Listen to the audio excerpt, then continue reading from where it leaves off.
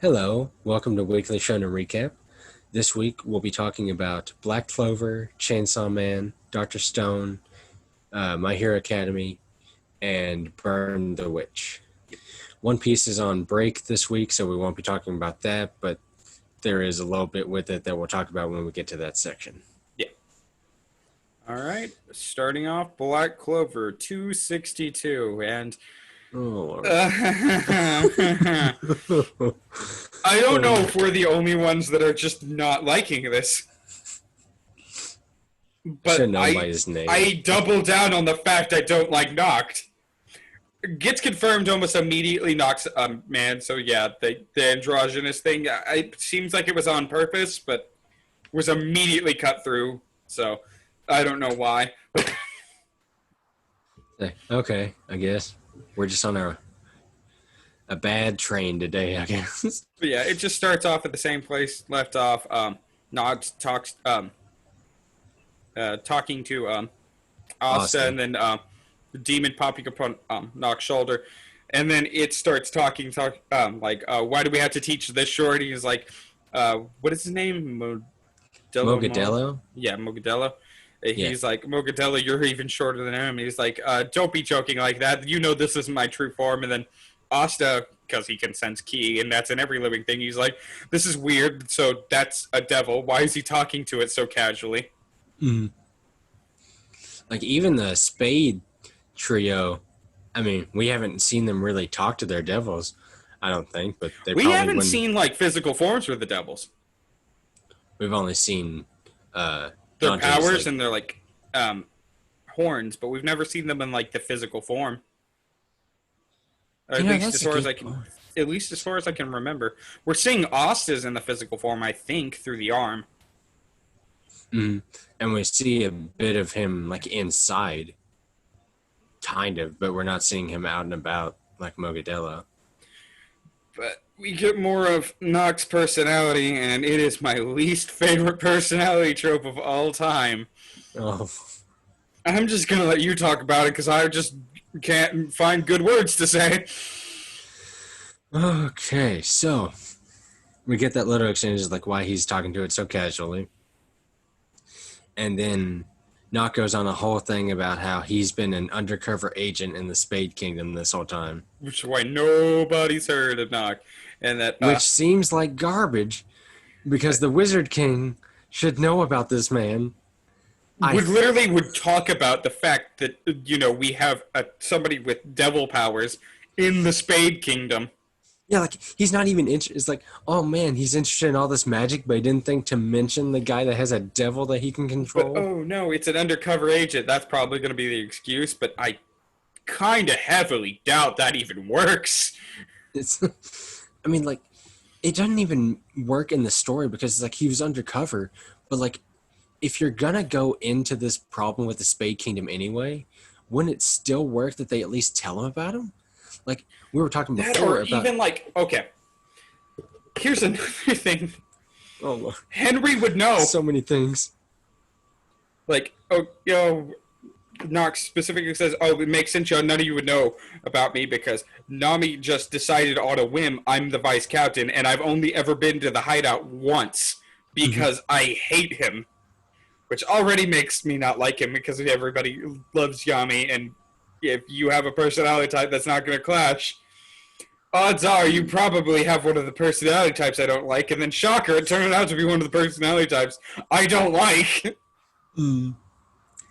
The know-it-all matter of fact, I hate people who are like this, or don't do it like this, or do exactly like this. I hate every type of these characters. And then he can't back it up. I mean, we don't know what he can do, but like, he's not going to be able to back that up.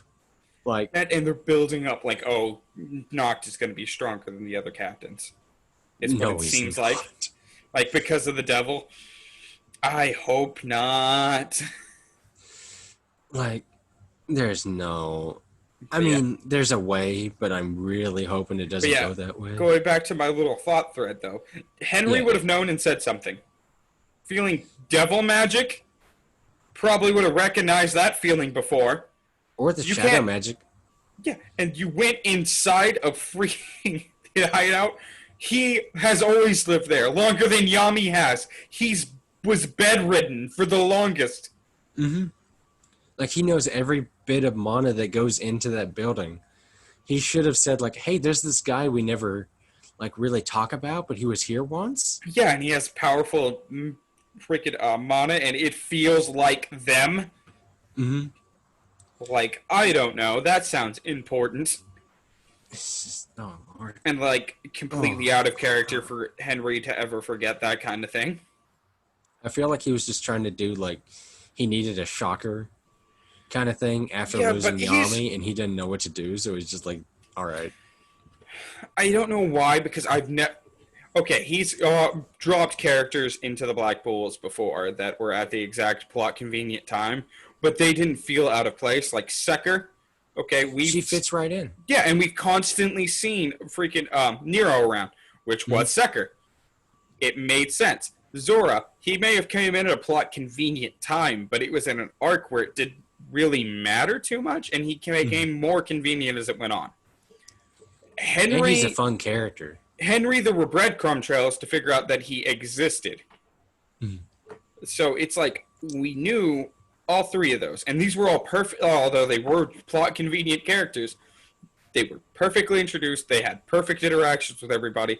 I know it's kind of unfair, like second chapter to do this, but like I don't He's already understand it. starting off on a bad foot Like yes, with and a it's lot not of even it. like the way Zora started out on a bad foot, where it was like it charming. Mm-hmm.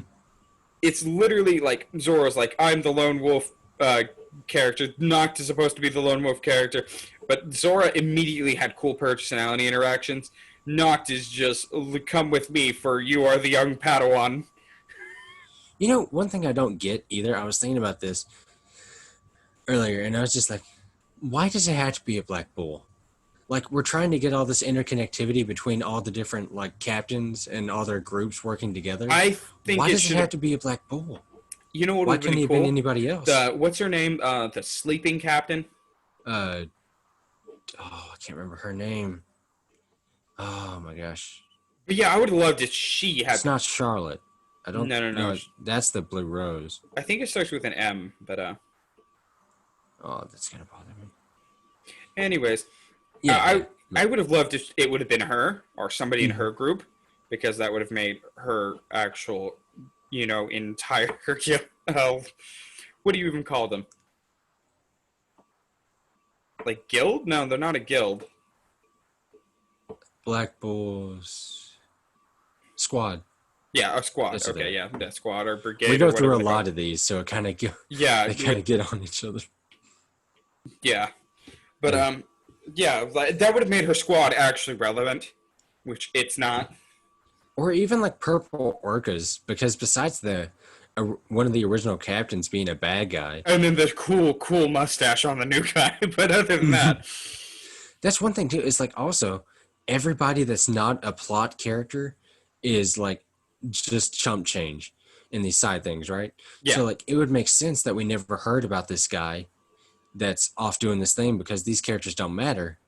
that or if the girl who was asleep the entire time, who is a captain, if we were like, oh, she has devil power, That that would would have been a make cool thing. that would have made so much sense. It would have been like, oh, that's why she's been asleep the entire time. Instead, that's still just a mystery. Yeah, like she's like, oh, I'm training with my devil in here or something. I But guess or it would have like she made can afford to sleep this much and be still considered that strong because her power comes from her connection to the devil, and you don't have to be awake to interact with your devil. man, and that we're only in the beginning chunk of this. Yeah, we're complaining hardcore. Like okay, immediately like Asta admits like okay, I don't even know if I can trust you, but you're the only person who could obviously train me since you obviously understand the devil power. And Noct is like immediately like, okay, well, and tomorrow I'm gonna take you somewhere. Have a good night's rest. And Asta's like, that's it, really? How am I supposed to go to sleep like that? And the Noct is immediately like, oh, I don't like people who don't listen. I'm He's gonna again. be that guy. I don't like that kind of character. I know that's supposed to be kind of funny or whatever. It's not funny. I I didn't think. really hate these characters.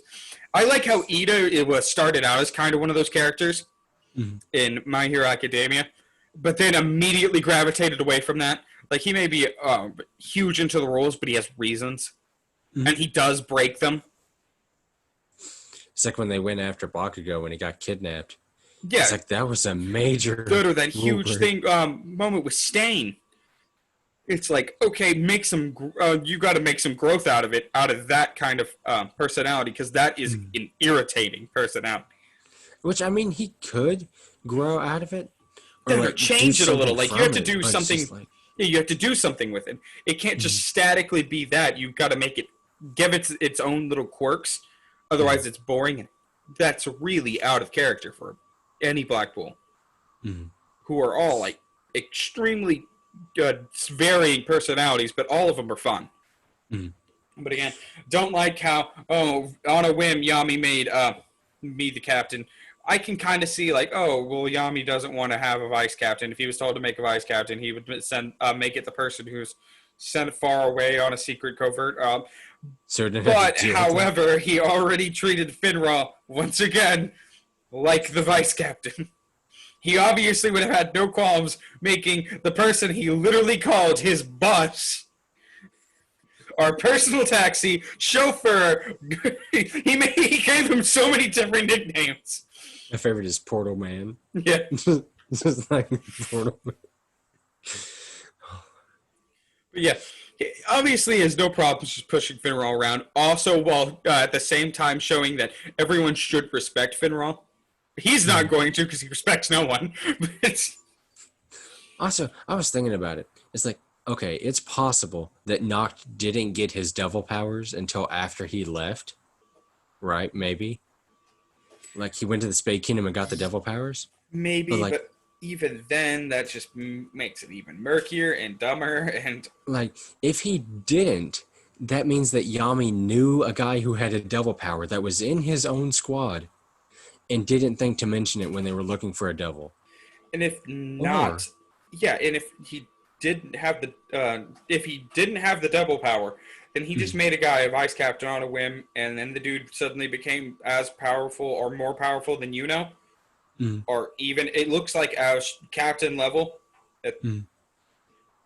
and that's dumb, and I don't like that.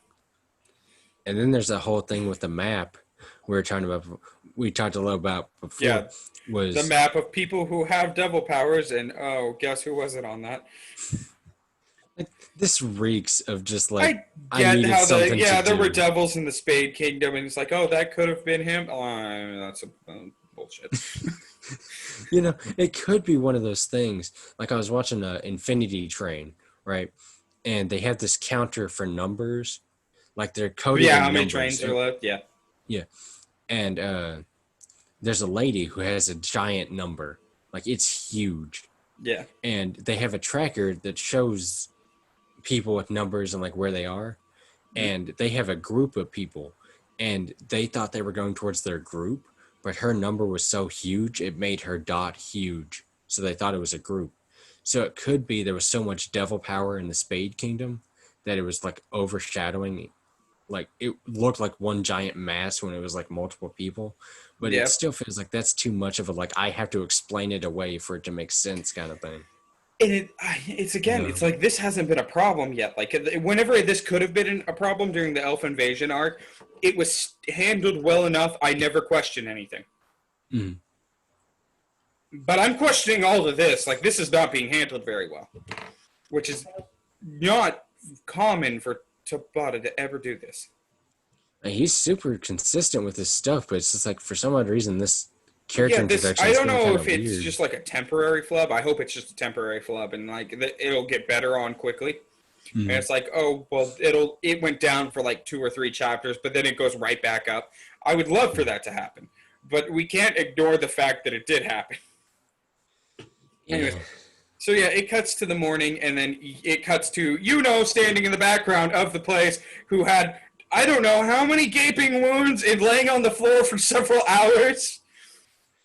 And he Yeah, but disappeared for he's several completely chapters. fine except for like bags under his eyes because apparently he can't sleep because he has a grudge. Oh, by the way, we are in a captain's meeting because they found out about Yami getting taken. So they're discussing what to do about that. And yeah, he's just, Yuno's just there Yeah, because the Golden Dawn needs somebody. So they're like, oh, why not? yeah, but there's nobody for the Black Bulls there at the time, which I again leads to the fact Julius knows. Mm. That somebody's going to show up in that spot. Like literally, it has to be somebody who has leadership capability of the Black Bulls would be coming. Mm. So Julius knows, which again leads credence of why did you not tell anyone at all, especially since you're so interested in Asta's devil power. Mm. It's like, why are you so interested in his devil power if there's literally a guy you appoint? Yeah, and yeah, their devil powers are super different. Like Asta's is unique, but he was acting like the fact that it was a devil power was what was unique. Mm-hmm. And Like, no, there's so much I don't understand. I mean, we're only 2 chapters into this character, but there's so many questions. I don't. this character literally like it's just messed up a lot of other characters. With one character, we already have a bunch of problems with 5 different major characters. And not only that, like, okay, there's problems with Yuno. Yuno does have a lot of pride issues, but it's taken to like the nth degree. Mm-hmm. And yeah, that makes sense. But at the same time, he didn't have this much a pride issue against Licht. He didn't have this much pride issue against Rill. He's never had any like this big of a chip off his shoulder. But this time he's jaded and angry, and they start off the captain meeting, and he talk about how he lost. He's like, "Oh, they're definitely the Dark Triad is definitely beyond squad captain level." Really? Because beating you is beyond captain level, is what you think. He's like, "Oh, he didn't really try that hard." Yami wouldn't really have to try that hard, I don't think, to kick your ass. Like Jack would kick your ass. Like I don't know anybody who wouldn't think Charlotte couldn't take you. Or Rill on match 2, he'll take your ass. Fuegoleon, he'll beat you into the dirt. It's like Nozel. It's like all these captains can wipe you. Yes, he's had a lot of growth, but you are still like nothing compared to a lot of these people. Mm. We've already made very clear you have the potential to get past them, but you're not making much on that at the moment. I mean, I could see it kind of in a way because it's like they're doing that whole prodigy thing where it's like he's the best of the best in this small portion, and then like he gets wiped, and now he can't handle it. Yeah, he was always the best as a kid. He's literally the Sasuke, but he's supposed to be like also he's also supposed to be kind of like Gray in the fact that he is best friends with his rival. Mm-hmm. But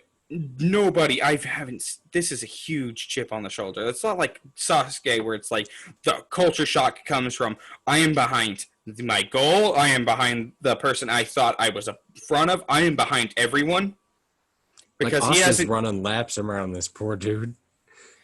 Yeah, but it's like that was how Sasuke felt, but like how does Yuno compare to Asta? It's like they're running completely it's like comparing 2 different sports. Mm. It's like, would you say that Mike Tyson's versus Michael Jordan is a comparison that you would make? Like, oh no, I'm completely falling behind Mike Tyson. I just mean like in a circle of growth because like, yeah, but I'm not talking about that though. I'm talking like that is how he's trying to compare himself. Is like, okay, they have to do different things because their powers are 2 completely separate things. Not only that, he has not just noble blood; he has royal blood. Which, by the way, they have not gone back to. Yeah, but since they introduced that, it's kind of weird. That is as much power as like Noel has. But you have all the control in the freaking world. And you have a great spirit, like, on your shoulder. Yeah, that you are merging with to get the power to use her mana on top of your mana. It's a completely separate thing, and you got this. But once again, you are not that good yet. You don't understand your own power. That's got to be, because I was thinking about that, like, when we're just now when we mentioned that, it made me think about Laura Pacheco. Yeah. And it's like she works with Undyne and she nurtures an entire country Yeah. by herself. And it's like, Yuno could do something like that with the Wind Spirit, I imagine. Oh yeah, But there's like, all kinds of things he would definitely be capable of. But the thing is, it's like, uh, does like Jack have as much mana as freaking does? No, not probably not even close. Is he better with his own mana and his own magic? Yes, like outright, no question. But yeah, it's like but Jack makes fun of him a little bit, and then again, giant chip on his shoulder, acts like they're way beyond him. And then Charlotte acts like she's the cool one under pressure, and she's like, oh, well, if he's weak enough to get caught, he deserved it. And then meanwhile, she's freaking out on the inside. She's like, oh, no, is he hurt? Is he okay? I didn't even get to tell him I love him. We have to go find him. Oh, my God. All in her head. I love Inner Charlotte. It reminds me of Sakura. Yeah. With their Inner Sakura when they still did that gag for a while. Oh, my God. I loved that gag. Like, yeah, people like to beat up on Sakura, but that gag was hilarious. I like hers because it's like instead of like Sakura's where it's like the nice is on the outside, the inner rage is what was happening. It's literally she's like cool, calm, and collected, and then inside she's like melting and dying. Mm-hmm. Yeah, we get some stuff with Charlotte. Then we get I think a bit with Rill. Yeah, Rill is like, oh no, is he already dead? But then is he already gonna die? And then freaking Charlotte looks at him and is like, keep your horrific opinions to yourself. Stares death at him, and he's like, oh no.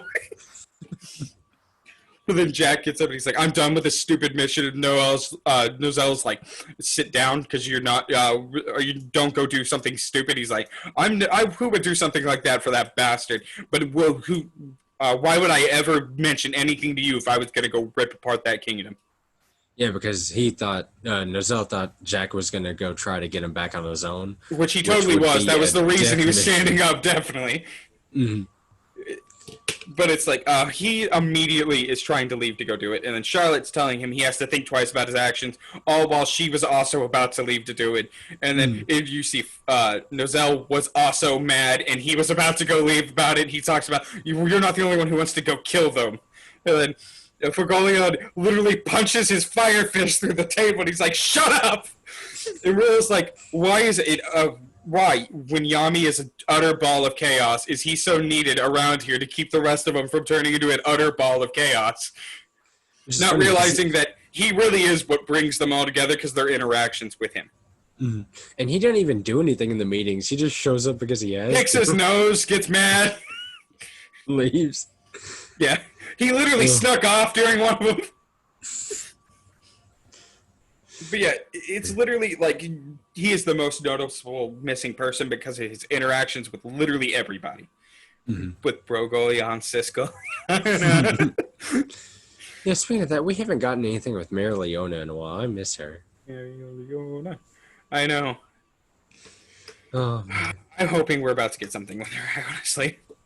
Like, I want her to lead the charge into the freaking Spade Kingdom. Because, yeah, she should. Because Julius is, like, the tactical mind, but he's no longer, like, a physical powerhouse. However, we have a physical powerhouse. You know, it's kind of funny to me. It's like they took out Julius because he was so busted. And yet we've gotten to the point where, like, he's still busted, but he's not as busted. Yeah, he has the limitations that are necessary. Which is a good thing, honestly, all around. But, like, yeah, Julius is like, okay, all you need to listen, and then Nox just shows up in front of him, I guess using shadow portal magic, which I kind of I thought he just came through the door. No, because he's at the front of the table in front of Julius, out of nowhere. Which we already saw that he was capable of traveling inside shadows anyway, which literally makes him Finral, too. Oh, you just realized that. I know. I knew this. Oh. Ever since we first saw that thing inside the castle, I was like, I hope they're not a Black Bull.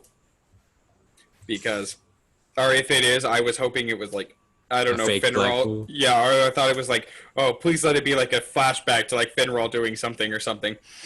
Because literally the shadow magic's being used like portal magic.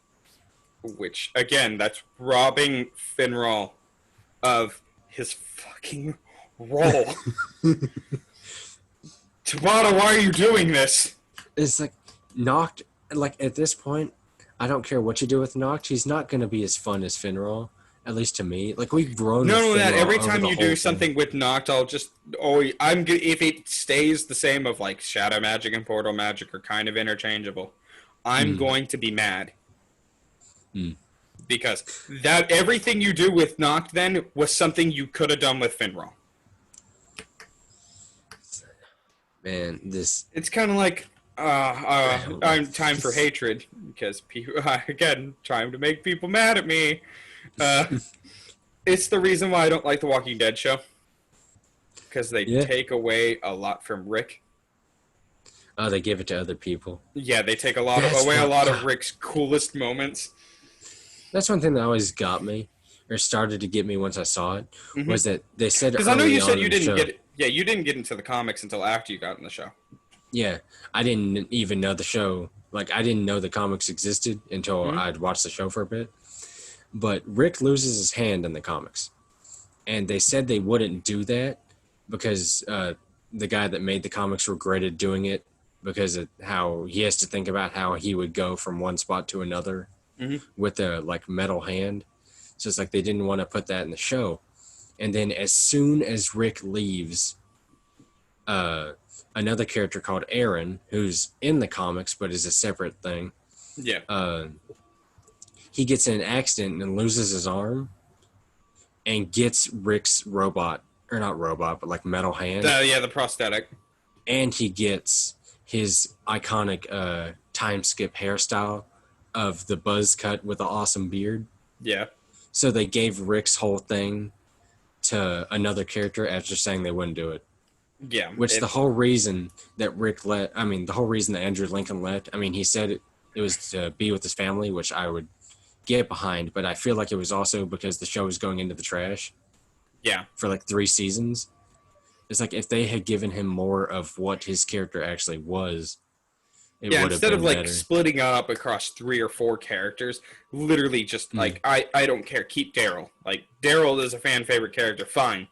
And he's a show exclusive. Yeah, so they can do whatever they want. Yeah, and they can change storylines. So like we can't constantly predict everything that's going to happen. I actually like that whole little chaos element. But you took so much away from Rick that it honestly became like, why is Rick here?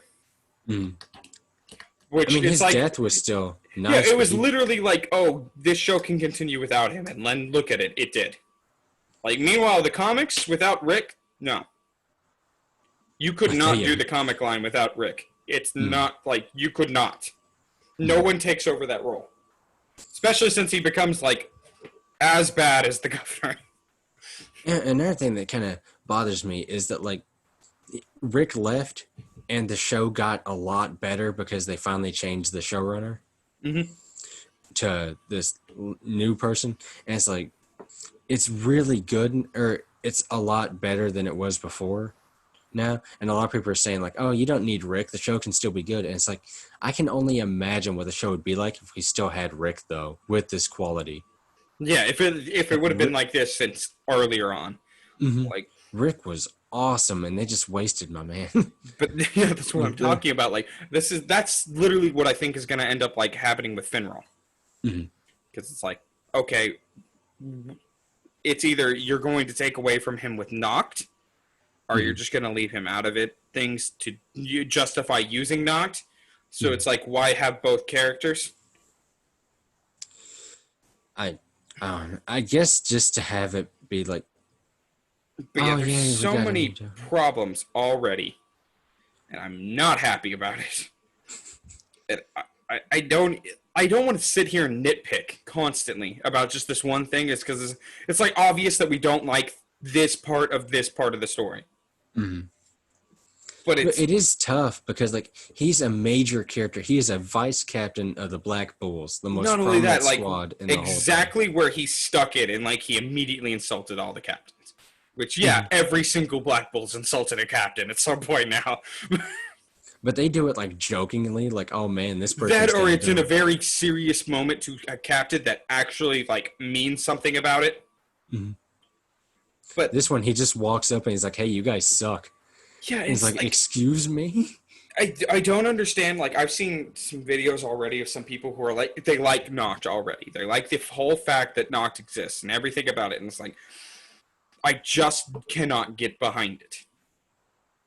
Because it's like, it's the whole same problem like the MCU whenever somebody like takes over the mantle of another hero. And they're like, oh, why aren't they treating me the exact same as the last person who had this name? Because you haven't done anything for it yet. It's like, it's pretty much like Chris Evans is like Captain America at this point. And I like Anthony Mackie. I'm not saying he's bad, but it's just like, it's gonna be tough.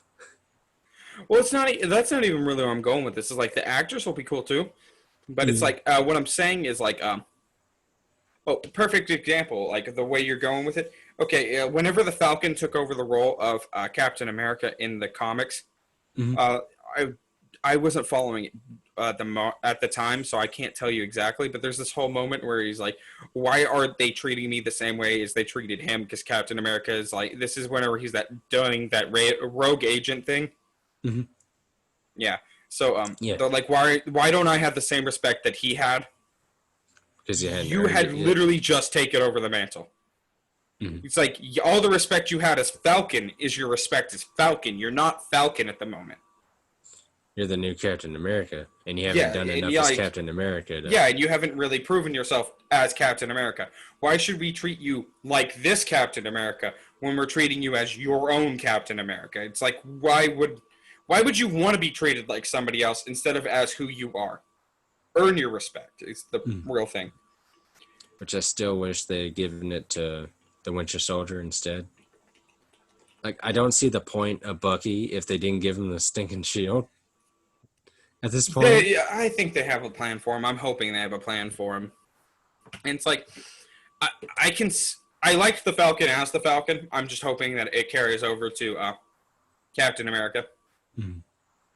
because it can be done well because they already have some like clues from the ways that the comics have done. It's like Mm. what will work, what won't work, what should we take from this storyline, what should we leave out, Mm. because they've been doing that already anyways. It's like yeah, they don't have Adam Warlock, but they managed to pull off an entire Thanos. But they do have, they actually do have an Adam Warlock Do they have Adam Warlock? Where? at the end of Guardians of the Galaxy 2. Those golden Oh, alien I people. never finished that. Really? Yeah, I never finished Guardians of the Galaxy 2. It's pretty good. I never got to I go like. see it in the theaters, so I got one time I got to see like half of it Mm. while I was what was I doing? I think I was over at my sister's. They were Mm. watching it, and I got to see half of it before I had to go somewhere. Hmm. Which I think Mantis is cool. I I like don't know Mantis. much about that, but I thought Mantis was cool. It's still funny to me. They did a whole thing in Endgame where like all the ladies do a thing. I think it was on a comic thing.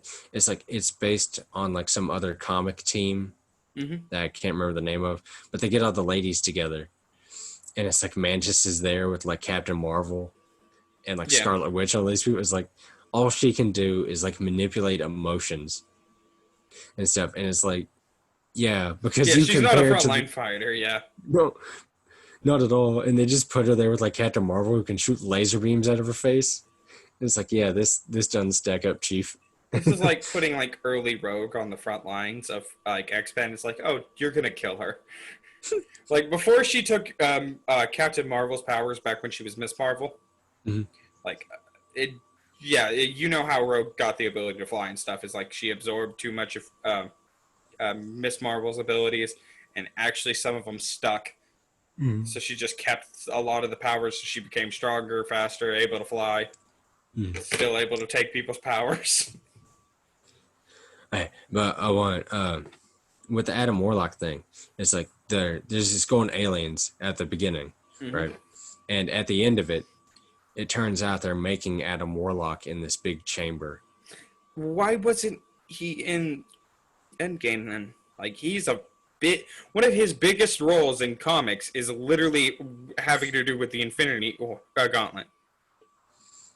Well, they put I'm not sure because like they did Guardians of the Galaxy 2 and then James Gunn got in hot water. So they canceled it indefinitely. But I think it was still going to come out after Endgame. So I'm not sure what was going on with that. Yeah, because It's coming back now, but he's working on Suicide Squad now, so it'll be a while yeah. even past that. And then with all this stuff still going on, like we're finally getting movies out again. I know the big important thing is the movies, right? Yeah. But so all that's just put on hold. Like there's stuff like in 20 like it the was Wheel supposed of to be Time like, show got put on hold, which big sad, but which one got put on hold? Wheel of Time. Oh yeah, and the Lord of the Rings one, which I think will be interesting. Yeah, it's Second Age though. I'm very confused as how they're going to do that with it making sense, because it's Samarillion stuff is really convoluted. I'm not saying it can't be done. It's just going to be it's going to be interesting to see how they translate basically the fantasy textbook into an interesting movie.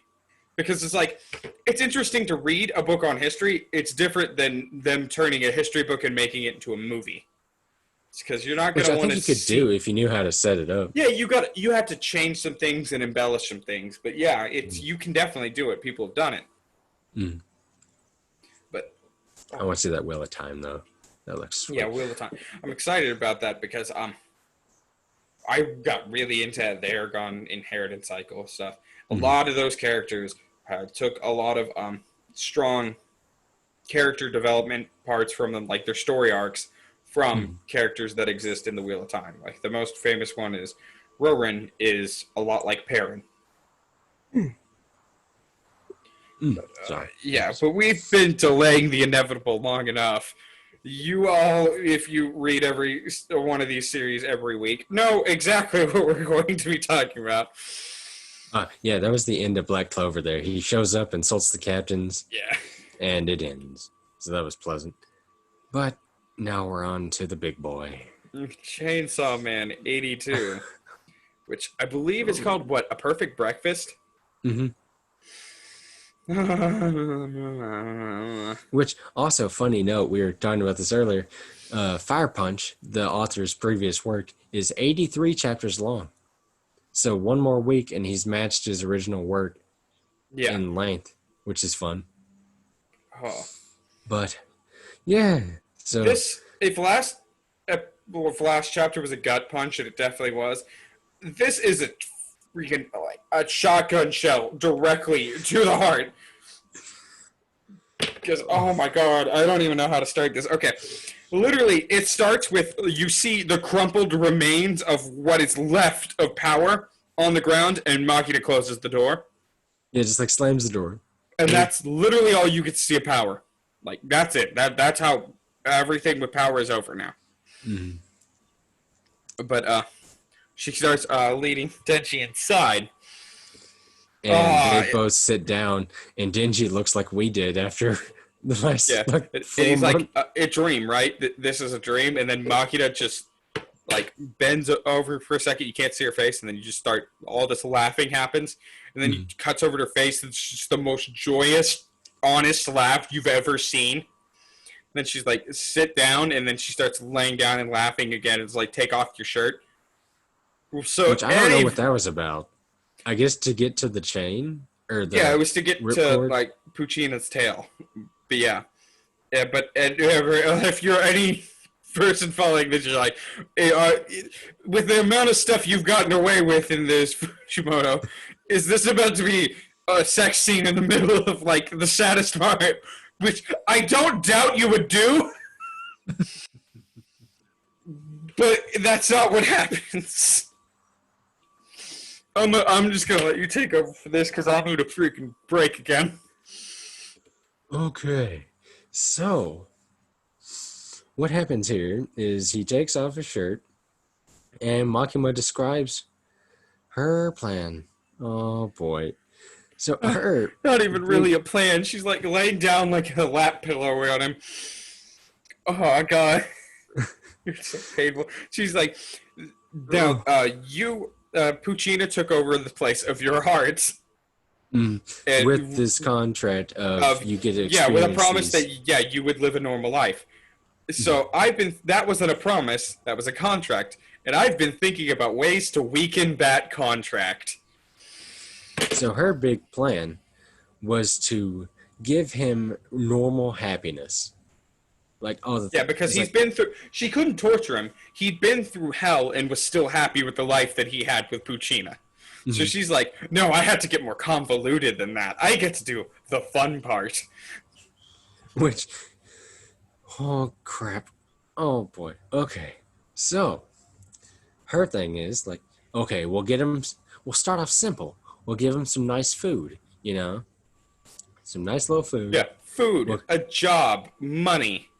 I'll give him the basic requirements of life, and I'll give him attention. Literally, oh my god.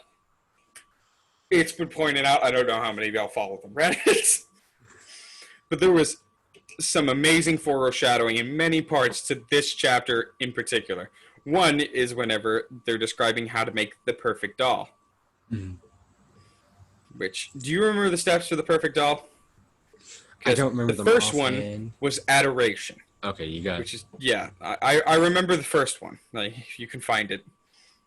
But, let me get that chapter where you're talking about this real quick. yeah, you can just pull up the Reddit, but yeah. The first one was adoration. That was obviously what she's been doing throughout the. If you've been following Chainsaw Man throughout it, that was very much what she was trying to give him. Then she's like, I'll give you friends. I'll give you people to care about. Wait, were you able to find it? I'm still going through it. I'll be there in a second. Yeah, but it's like, I'll give you friends. I'll give you something to care about with all of it. Oh, good. It's adoration, worship, pity, and guilt. Yeah, and then obviously the thing that to worship was her. She set herself up as the prime example of everything that he needs. And then next, what'd you say? It was for pity next? Yes, pity. Okay, so along the next thing. So her idea for pity is like, oh, I'll give you all these things, and I'll take them. I'll make you get rid of them. So that was making him kill Aki, getting rid of Riza, everything he slowly cared about, and then finally, his final one was to kill Power. Yeah, making him the reason Power dies. And he's like, and now I'll be the in the future, I'm going to be the reason you get anything you care about, and then I'm going to kill it in front of you. You will have if you find any friends, I'll kill them immediately. If I'm nice, she doesn't say this, but the way it says, like, if I'm nice enough to let you get married and have children, I'll kill them. If I allow you to get married, I'm going to kill your wife and children. I will be the reason for all your happiness. I'll be the reason for all your suffering. And it's like, he's like, why would you do any of this? And she's like, this is where finally we get to the door. We get to finally see what's behind the door. It's like, she's like, oh, Denji, isn't it funny how easily a child can manage to hide something from themselves? It's like locking a memory behind a door. Like, your dad didn't commit suicide. You killed him.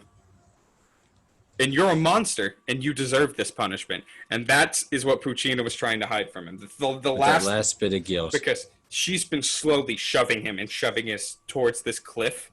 Yet, even all the way up to, like, Power's death, he still hasn't fallen, but he's right on the edge. And that was the last little tap to make him go over.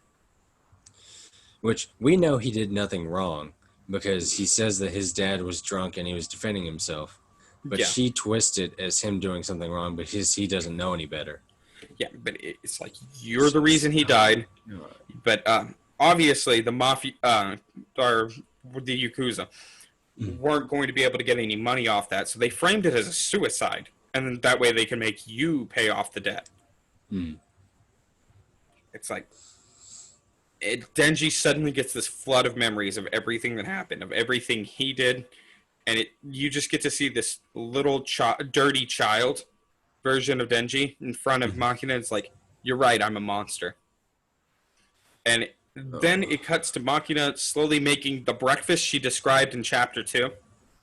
Like down to exactly the the detail. every single detail of that. Oh, And then he's just sitting there in self-loathing on the couch as she's eating breakfast surrounded by all the dogs and the love, and and he's he's over just there out of all it. alone in the corner. Yeah. It's like in And many that's when it ways ends. Machina I think is worse than Griffith in a lot of ways. I mean, at least Guts could still move. My man No, Denji's like laying on the couch dead. despite all the physical and emotional trauma that he gave to Guts, he never broke him. Denji's broken. And the worst part is, like, at least Guts, I mean, he's still young, even though he looks old as death. He's like, what, mid 20s? I think at this Yeah, I point. think he's 24. Yeah. Denji is a proclaimed 16. No, he's 17. It's his birthday. Oh, yeah, 17. Oh, I tried to block that out. Oh, God. Oh, I forgot about that. Oh, Yeah, because no. she's making breakfast. It's his birthday. He lost everything, and it's his birthday.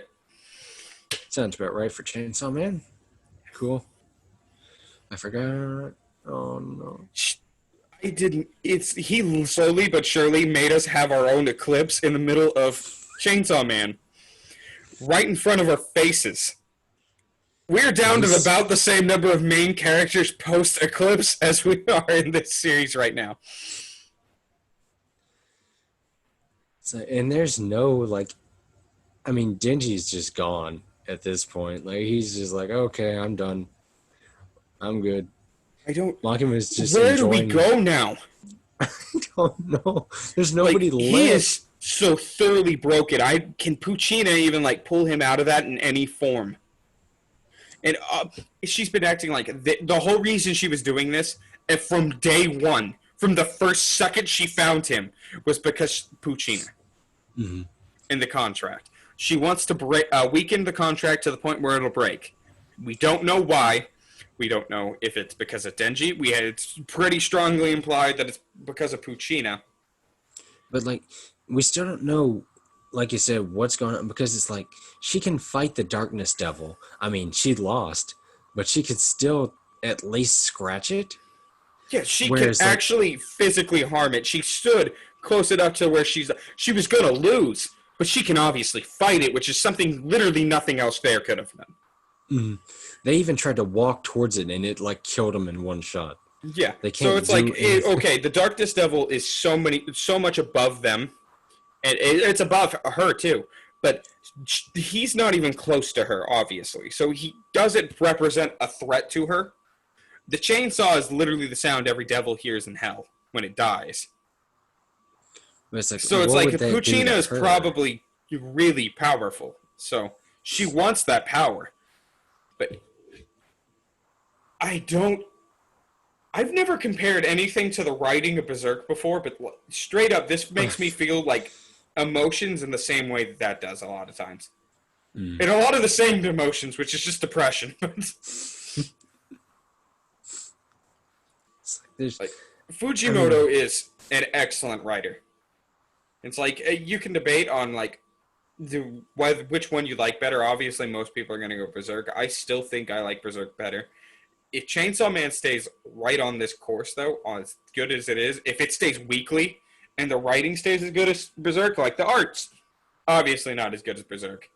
but they had different styles, so it Yeah, works it's different. Plus, he's working on a weekly yeah. schedule, Murata so is it's obviously like going for super high fantasy, high quality, like super detailed art.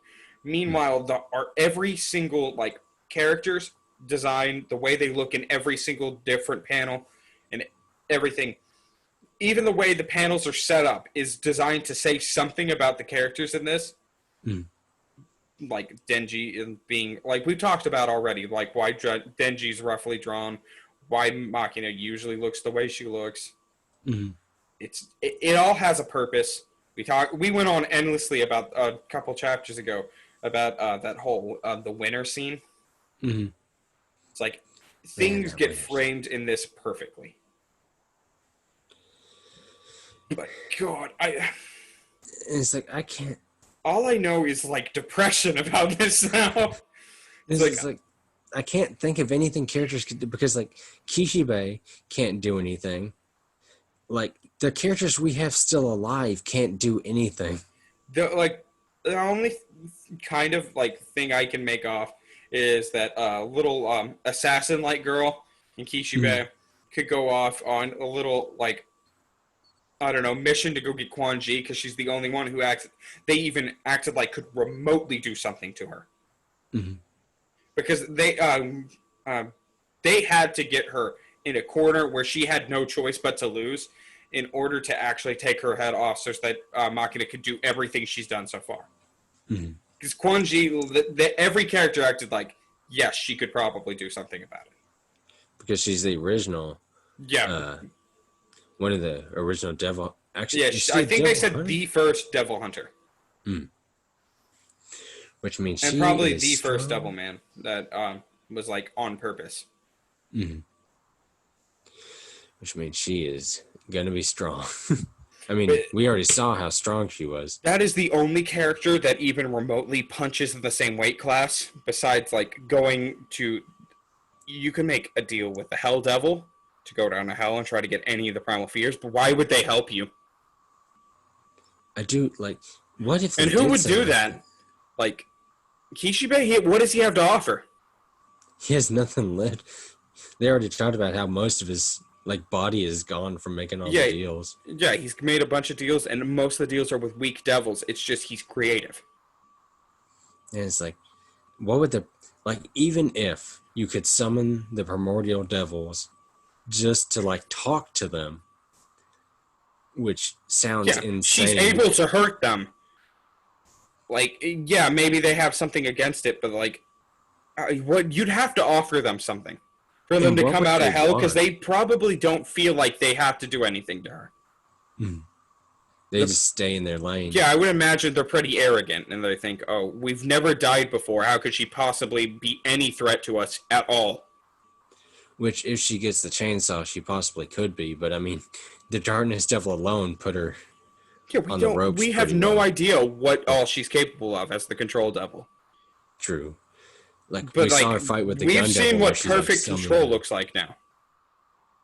Like, better than what she did to Aki, better than what she did to the Angel Devil. It's what she's done to Denji, was literally perfect.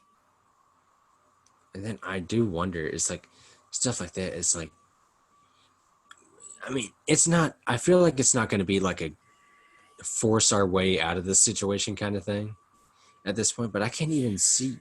Like another way I could kind of see this happening is like, okay, maybe wild theory, but maybe the Power who died isn't Power. It's the Skin Devil guy. Oh my god, I hope so. It's the only way I can see, but like, would Machina fall for that? Well, can she sense anything? I don't know. With the animals. You think she'd be able to smell a devil. But they do have a certain smell to them. She might, especially Power, who doesn't flush. But do we know if they can copy scents too? They never went that in. Yeah, we haven't had that much explanation about the Skin Devil and how the disguise works. Because like as soon as they turned into the thing, they got killed in a car wreck. But it's like, I could see Mashima and Octopus Tentacle Demon Hunter dude like rolling up right after Denji left, right when before Power gets the call, and making this plan quickly with this dude. Because we know like he's if still nothing, around. and we're like, if nothing happens, you're fine. And then he might want to die anyway. Yeah, at this point. Yeah, all of his brothers just died. So it's like he might be all for it, even if he does die doing it. Yeah, which gives like the reason that he survived a real reason. It's like he might have been panicking, but it's like he became useful in the story, which would give a good reason for as why he's one of the few characters who survived the cullings. And it's like I could see it because like I hate that Power died. I love her character so much. And it would. I know Fujimoto knows that's one of his most popular characters. Well, he didn't care. He killed Riza, and that was a popular character. He killed But Aki. But we knew Aki was gonna die, so I don't even know. yeah, but it's like if he brings back the original power, like if it does turn out that it was a fake, because we know from when the Skin Devil guy, I think his name was Aldo, we figured out. Yeah, Aldo. He went to that original agent's friend's house and was talking to him and was like crying Yeah. that he can't copy memories. So it's like we could either have it where the original power comes back and it kind of nullifies that scene where she got blasted. Yeah, and we also know Or another thing.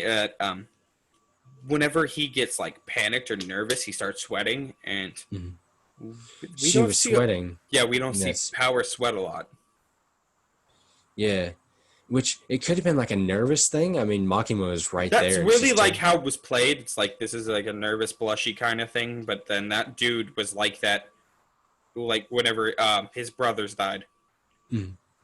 and that dude literally came to murder him Yeah. while he was throwing up. He was like blushy, sweaty, a hidden disguise thing, and he's like, "Oh, you're not a threat," and he left. Hmm. Yeah. Which it took me a few reads to figure out what that scene was doing for a second. But it's like, for some odd reason, I just got confused on that. But yeah.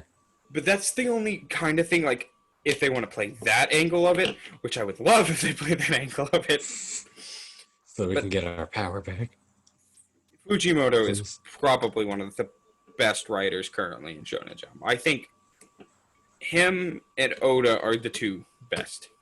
It's like one of those series where it kind of goes past the Shonen Jump label.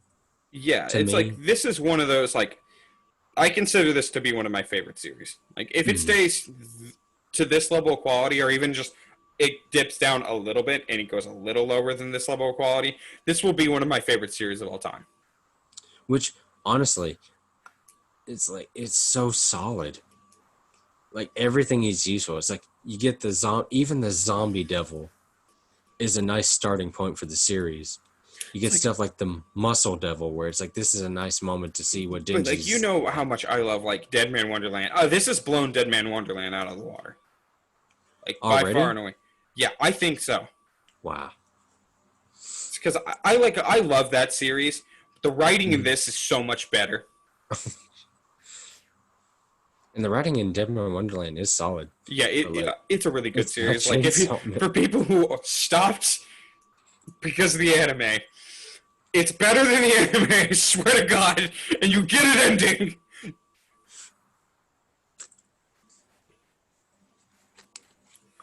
They didn't even do one of the best arcs, probably the best arc in the entire series. You know how much I would have paid to see the... I can't remember. Was it Mockingbird have his little peg legs? I would have loved that to see that animated. Pheasant, I think, is who you're talking about. The brother, the one that could copy the abilities. Oh no, you're right. Yeah, sorry. Oh, that's okay. I was trying to make sure I got the names right because I got some of them wrong before. Because like you would get Peacock and Flamingo mixed up. Mm. But yeah, it's like I can't. Which, yeah, Peacock and Flamingo, like that's pretty close. But like, look at the bird. It's been. I need to reread that at some point. Like the way you think of those kind of birds is very show-offy kind of birds, but like Flamingo is more played for the flame in this. Mm. But anybody who hasn't read Dead Man Wonderland, I swear to God, it's so good. It's so good. It has our resident crow man. Yo, yeah, like if you like badass eye patch characters, all you Kenpachi fans out there. Which is like every fan of Bleach. Anybody who's ever read or thought about reading Bleach. You like our Kenpachi. He did Kenpachi proud with one of the coolest cuts in all of manga, I think. Mm. So, man, I don't know what I could keep talking about Chainsaw Man, but we still have Dr. Stone and Burn the Witch, so I guess. Yeah, we do need to move on, but it's like, oh, you forgot MHA too. Oh my gosh, I slipped my mind. Which that was a really good chapter, but it's like, It Chainsaw Man has made us depressed, not stop. We're on the pain train and we can't get off at this point. Literally, the entire community behind Chainsaw Man is everybody making memes to cope with how sad they are. Like, okay, I know everybody makes jokes about Oda's editors will cry over anything, but Fujimoto's editor has to be like the most Iron emotionless Will. being possible for his own health. He's like he has a dead eye look. Like he goes in the office, Fujimoto hands him the thing, and it's like, I'm not even Yeah, looking because at it. outside of the other editors departments, especially like I think you can really. I'm not sure how it all works. I know they can't speak about it anywhere outside of the office or designated areas like where they talk to the creators of it. Mm-hmm. But it's like, who is he talking to about this? Like, there has to be. I hope to God, for his sake, there's like a junior editor, so that they're like having their own little powwow in the corner. And the poor Meanwhile, junior Oda's editor editors just are like crying over scarring. there because the Nine Red Scabbards showed up and said something cool. Whereas like Fujimoto's editor does not shed a single tear. Or at He's least like, doesn't say anything about it. I want him to go on like a tirade when the series is over, just like release his notes. He's like, oh God, oh God, I oh hope they don't God. find his editor with like a suicide note at some point because this dude has to suffer alone in silence because contracts. I did read a cool interview. Uh, Fujimoto and his editor get along really well. He likes his style of writing and all the Yeah. different ways he sets stuff up. I like his little author icon is just like this outrageously laughing little heart dude. Yeah. I always find it funny, like what different authors use for their little icons. It was Like like, Panda Man. yeah, it's like the little laughing heart dude. He's laughing out of Is pain. it Panda Man? I don't quote me on this because I don't think I know this correctly, but is it that Oda's submission to Ultimate Muscle? I think so. Yeah, I think he Maybe. won like a little. I might have been like a fan submission or like a junior artist submission. But yeah, there Mm. was this character. You could get your own character in Ultimate Muscle, and if I remember right, Panda Man is the character who won. Oh, that's awesome. Yeah, so Panda Man's in Ultimate Muscle, if I remember right. At least I think it's Oda. Yeah, I'm pretty sure it's Oda. But yeah, that's the origins of Panda Man. Okay.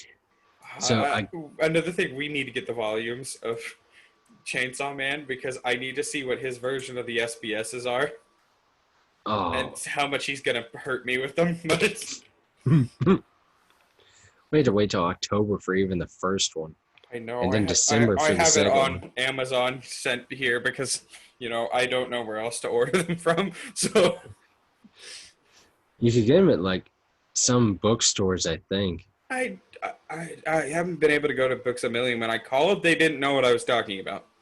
Really? Yeah, Hmm. but it was an old lady. I don't think she knows what manga is. It's like, do you have Chainsaw Man? It's like, yeah, It's do like you have the Chainsaw Man Chainsaw manga? Do you Man. know when the Chainsaw Man manga pre-orders start? And she's like, the Chainsaw Man? And she's like, let me look. I don't know what a Chainsaw Man is. She's like, oh, I don't see any novels coming in. I'm like, oh, at this point, I know you don't know what I'm talking about. Good day, ma'am. Thank you for your semi help. You Yeah. tried. You at least told me you're not the person to talk to, and that's what I needed to know. You go into the store, you see her, and you're just like, Every time I drive over to the other town and I go to the Books a Million, it's always like two old ladies and that one girl who looks like she wants to like just quit her job every single day. yeah. That's up in the cashier area, but it's the old ladies in the back trying to help people. And it's like, oh, you're the people I can't ask for like 90% of what I'm gonna ask for. Can It's you help like, me do you find the. comics or manga or they're like, oh, it's completely lost. You're like, oh, do you know where the fantasy novels is? Are you looking for the classics? No, I'm looking for this new one that just came out. Oh, It's like, can you imagine? Like, hey, can we get. I need your help finding Chainsaw Man Volume 6. It's like, just let them look at that cover. I wish I could could have gotten hired in a booksmelling. Like, oh, I would be like all over that stuff. Like, like even like the little magic card setup they got there. I would be like, oh, you need to know where the magic cards are. Yeah, cool. What deck do you play? And I'm just like, I would be all over the cool part of the store. So if you take the whole back part section. of the store, I'm not cool.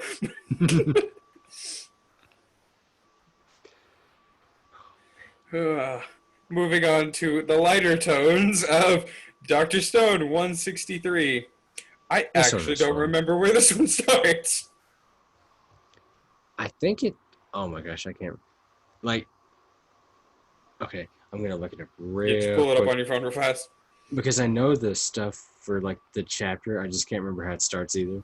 Yeah, I don't remember where this chapter starts. I remember it is a lighter tone chapter, so it is a lot funnier. Let's see. Okay, it starts with... It shows everybody on the ship. That's what it is. And then... Oh, yeah, they talk about, okay, while we have them making a tunnel, we need to make sure that we control the land, air, and seas, so we have to start making the conversions for the Perseus to turn into an aircraft carrier. Mm-hmm. They're like, Kinzaki's like, we're going to need Senku to finalize those plans, but he's out of commission. And then we see that Senku is literally finishing up telling Francois all the plans. Mm-hmm. And exactly who should be doing what parts of everything.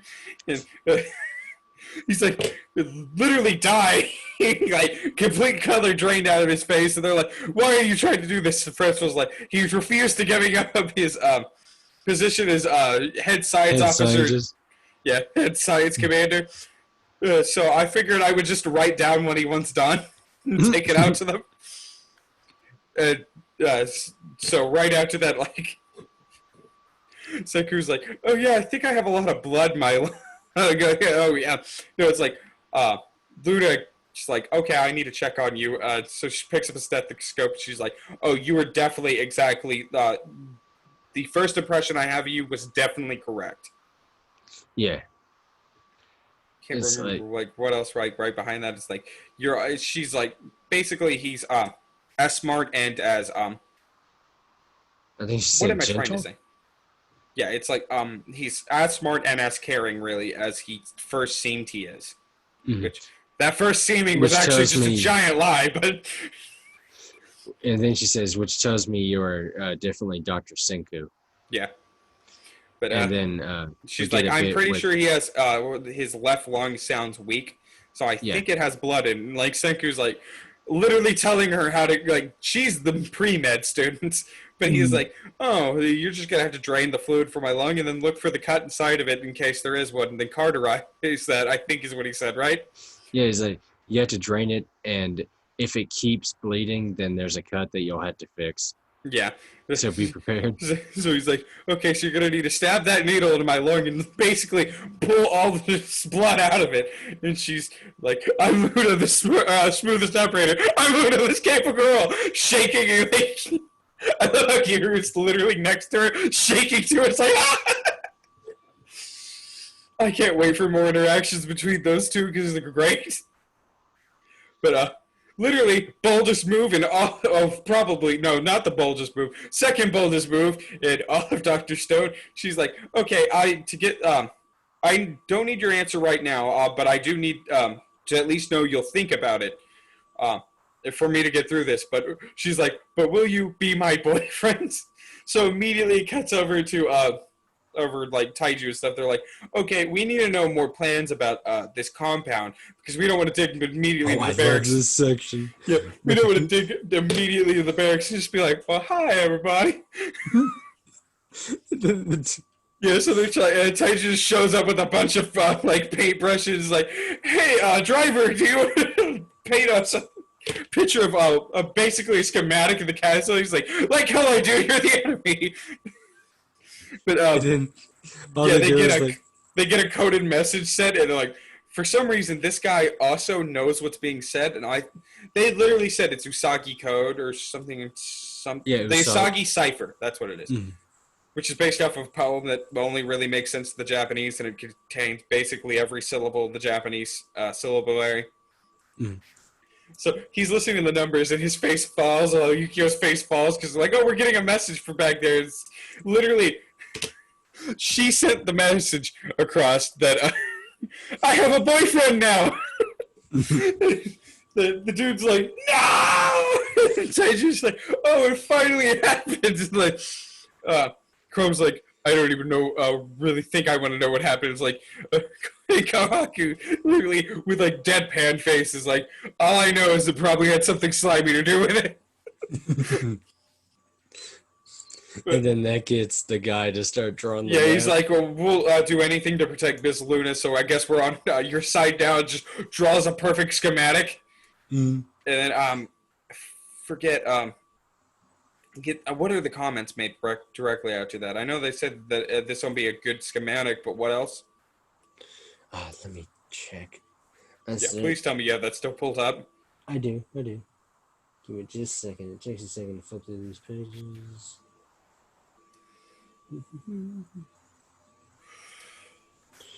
Okay, yeah, they start building it, and then it said, Gen can guide us around once we're inside. And then everyone's doubting that he even knows the layout. Yeah, they're like, how will he even know? About.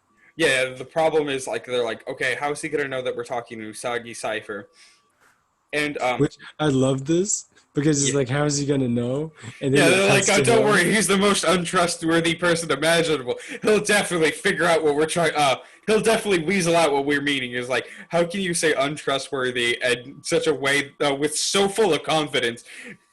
Meanwhile, Gidru, he really gets it. Yeah, he has the little radio earring on, and he's like covering it with his freaking jacket, like he always does.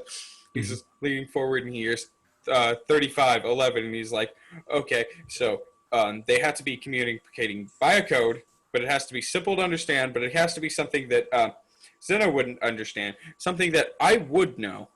He's like, oh, Usagi code, is it? So he immediately knows what they're trying to do. He got it instantly because he's a sleazeball, and actually that's the exact logical leaps that you like make perfect sense. Mm-hmm. Like if you wanted somebody to be a spy, or you wanted to like him, he's a con man, really. Like he says mentalist, but really con man. We all know what you're up to. He's like, okay, so I have to make the correct like logical deductions and guesses, and it's like, okay, this has to be straightforward for it to work well as a code, but it also has to be something Zena wouldn't understand to work well in this instance as a code, but it has to be something that would be easy for us to understand. He's like, oh, that would be this, because this is really a Japanese only kind of thing. But right after that, you hear a giant, like, ga-doom, ga-doom, ga-doom. And he's like, what was that? And they're like, oh, they're done with it. And finally, then you hear ga-doom, ga-doom, ga-doom. And you see the shadow of whatever they've been working in the basement again. So it's like, oh, we'll have it finished by tomorrow. Oh, yeah, tomorrow morning. Yeah. They say. Yeah, I'm still going with this is some kind of missile, probably like V2 kind of thing. Because really... How much do you know about like the history of rockets? Not much, to be honest. Okay, do you know who Werner von Braun is? Yeah, I've heard of it. Okay, he worked on German V2 rockets, and that is basically how we made the space program. Oh, neat. Missiles are the first step. Like, weapons of war are the first step to making a rocket to go to the moon.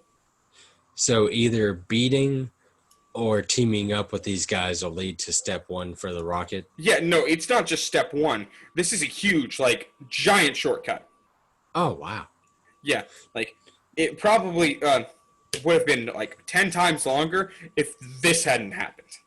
Do you think that he'll do it like that? Like, okay, I imagine that a lot of what it'll be like that, and then a lot of what was there is going to be lost, but they'll still manage to get a couple scraps and along more of what they needed than just the corn, because they really just showed up here for corn. Because for both they ended food up and having fuel, access to a missile. Yeah, it's for food, fuel, and to make more of the whatchamacallit, the elixir. Yeah. But yeah, they ended up with like any kind of missile really, because rocketry starts with fireworks and then missiles. And they're past the part with fireworks. They've already made fireworks. But yeah. So we see that. Yeah, then it cuts to like Luna drinking away her woes that she suddenly has. She's like, "Yeah, so I'm finally dating somebody, but what does dating mean?" And she's at Bar Francois, and Francois is like, "Oh, the endless philosophical debate." It's like, we don't hold hands. We can't go out together. Yeah, we're not holding hands. We can't really do anything. Can't go out together. It's like, I could really do with some more opinions. Francois, can you translate for me? And they're like, I mean, it's not like he would say he'd go out with somebody just to further his goals, right? He's 10 billion% not that kind of person. And everybody's looking away. Literally everyone won't meet her eyes, and then immediately they're like, well, he did get married just to further his ambitions. What? He's hitched? And it's just like, oh, but he immediately got a divorce. Oh, so he's a divorcee. Oh, but all this is happening. Plane starts flying by. It's going directly for the ship because obviously they were trying to make a quick assault onto it. But somehow they've already done all the remodeling to make the Perseus into an aircraft carrier.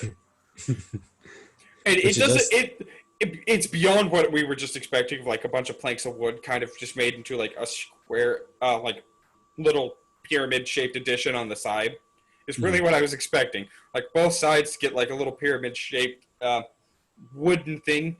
But no, they fully remodeled this thing. Like, it looks like a ship. It looks good, actually. Yeah, I was saying the same thing. Yeah, and the doors open up at the top. Art.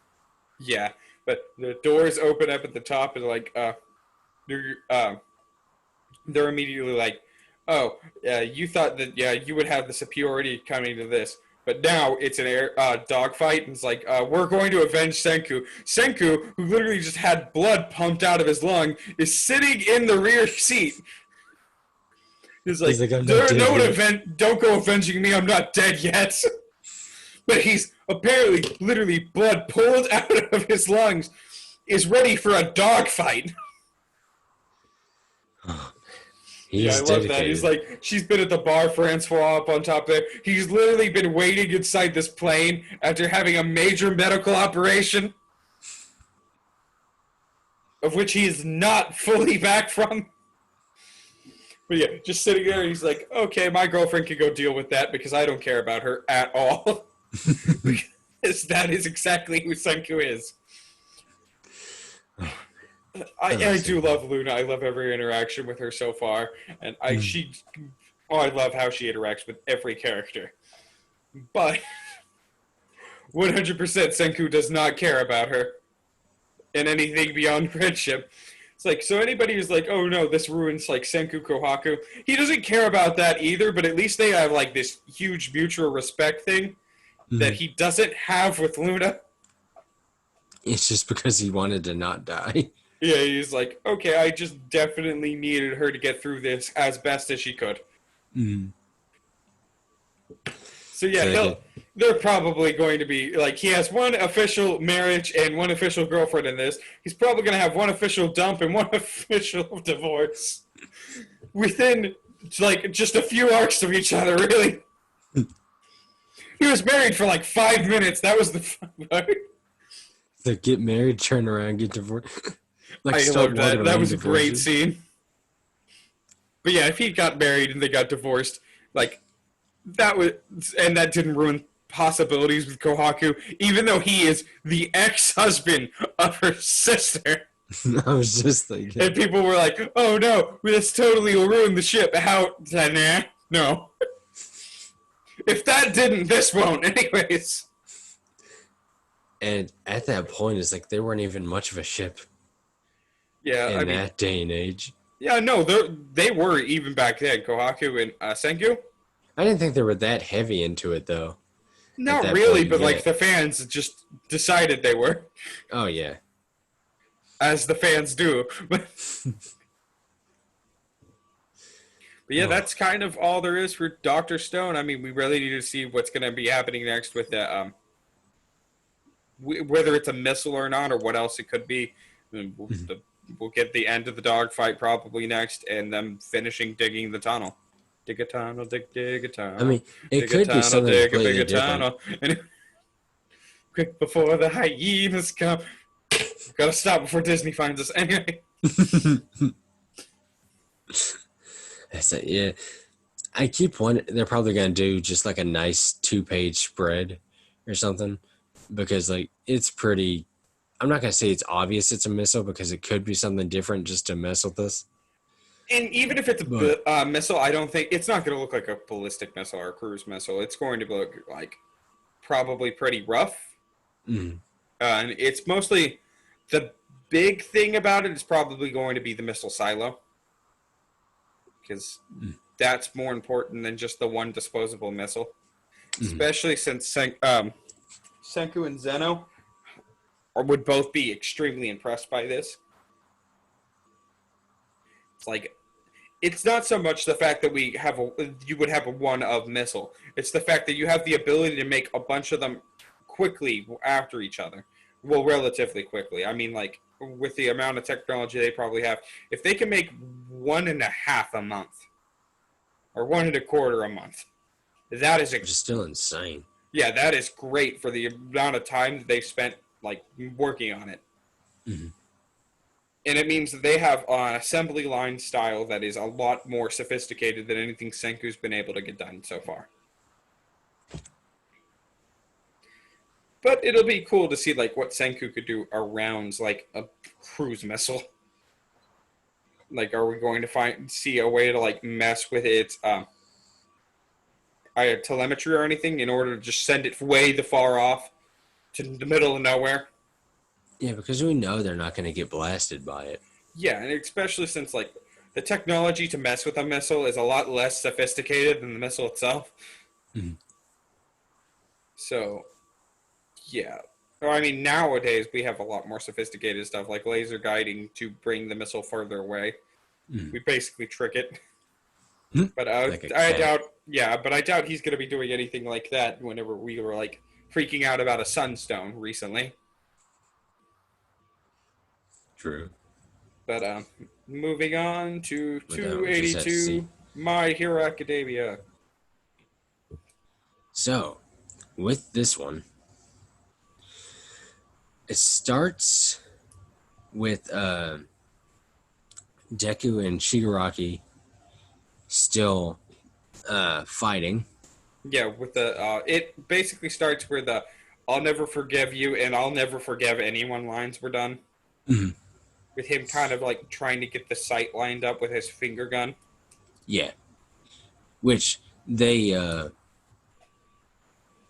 Deku's still fighting him, like holding on to him, and he goes and tries to like hold him back.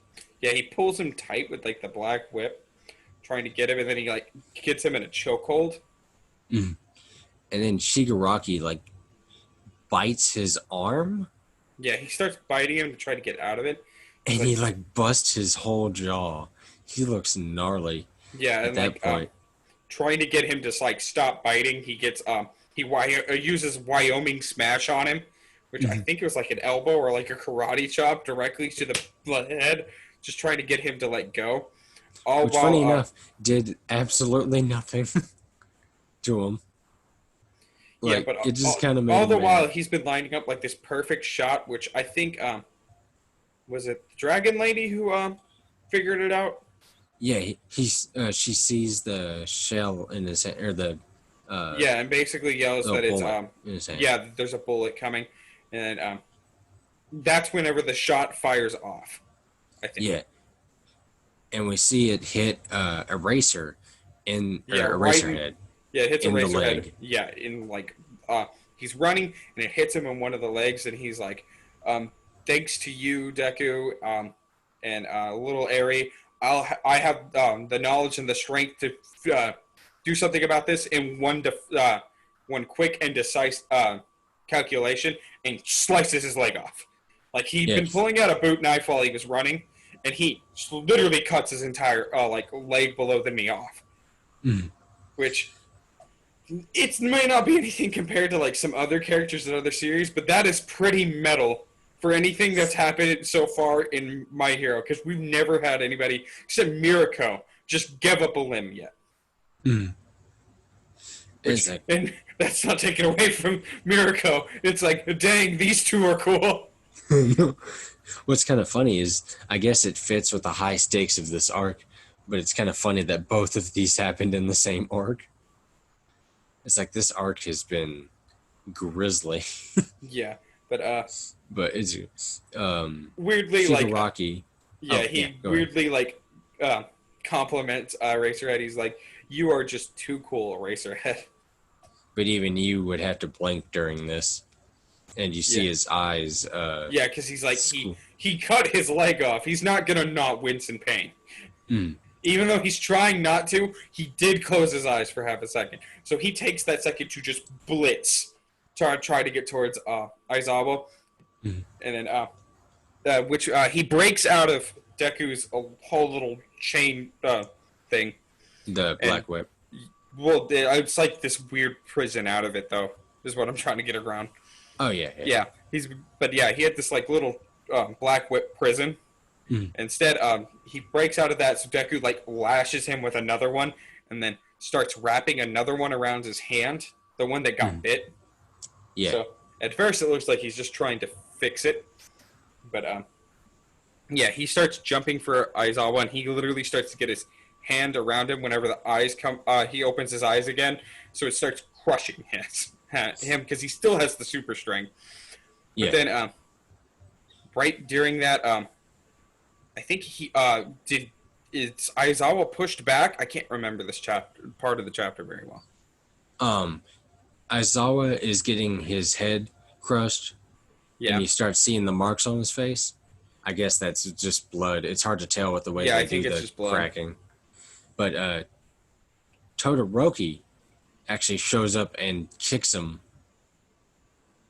I think Todoroki doesn't kick him. He knocks him back with ice because he's farther back, but I can't remember. Like, does he move Aizawa or is he moving Shigaraki?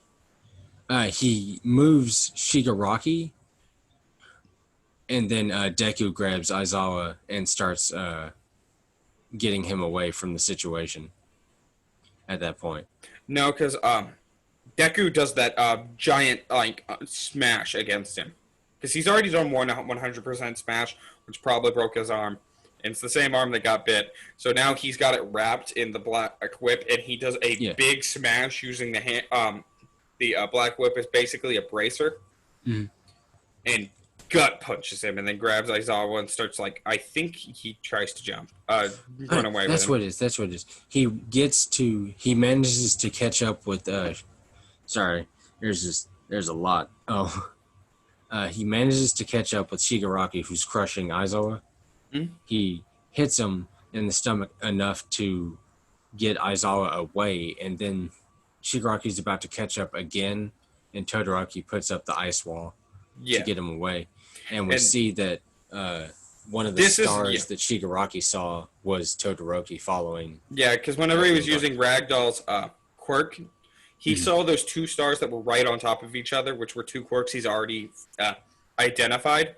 But there was a third one he'd identified that was farther back, but he kind of just completely was ignoring. But that third one that was farther back was Todoroki because he was coming from a lot farther away. Mm-hmm. And one thing I wanted to mention is in the beginning of the chapter, we see Deku talking. I mean, he's just doing his little bit of talking. It's not like anything huge. But he wants to finish up with Shigaraki so he can go help Gran Torino. Yeah, he's really focused on helping Gran Torino. Which means that Gran Torino is still alive at this point, even though we said he was probably dead last week. Yeah, well, but it was hard to say. Yeah, it's still probably going to be that Gran Torino dies. But the thing is that he took a grisly gut wound, and that's the worst thing about it it takes a while to die, and it's a painful death. Mm. Same thing with Night Eye. Like, Night Eye didn't die right away from a massive gut wound. He died in the hospital. Yeah. And so Gran Torino's probably not going to make it that far because, they have done nothing to stop it.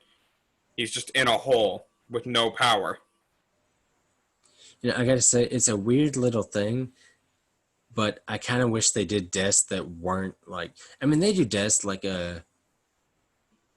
what was his realistic name? way. Crust. Not realistic necessarily, but like you had Crust get like disintegrated, but it's just like most of the major deaths have been gut related.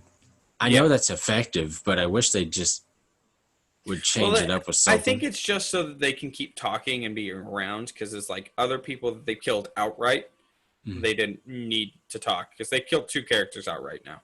Yeah, true.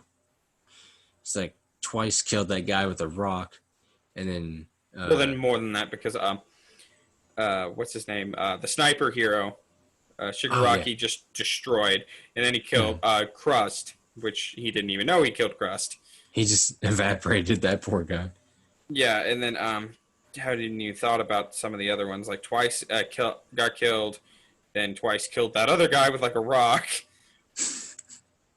I mean, I'm not saying it's just overall. It seems like Night Eye and like Gran Torino. I know it's just two, Yeah, but those are two major ones, and it's like but I gut do ones think is it's kind of just weird. because he's trying to put like elements of realism into it. It's like, okay, if they dying of a gut wound, they can talk for a while because it's gonna take them a while to die.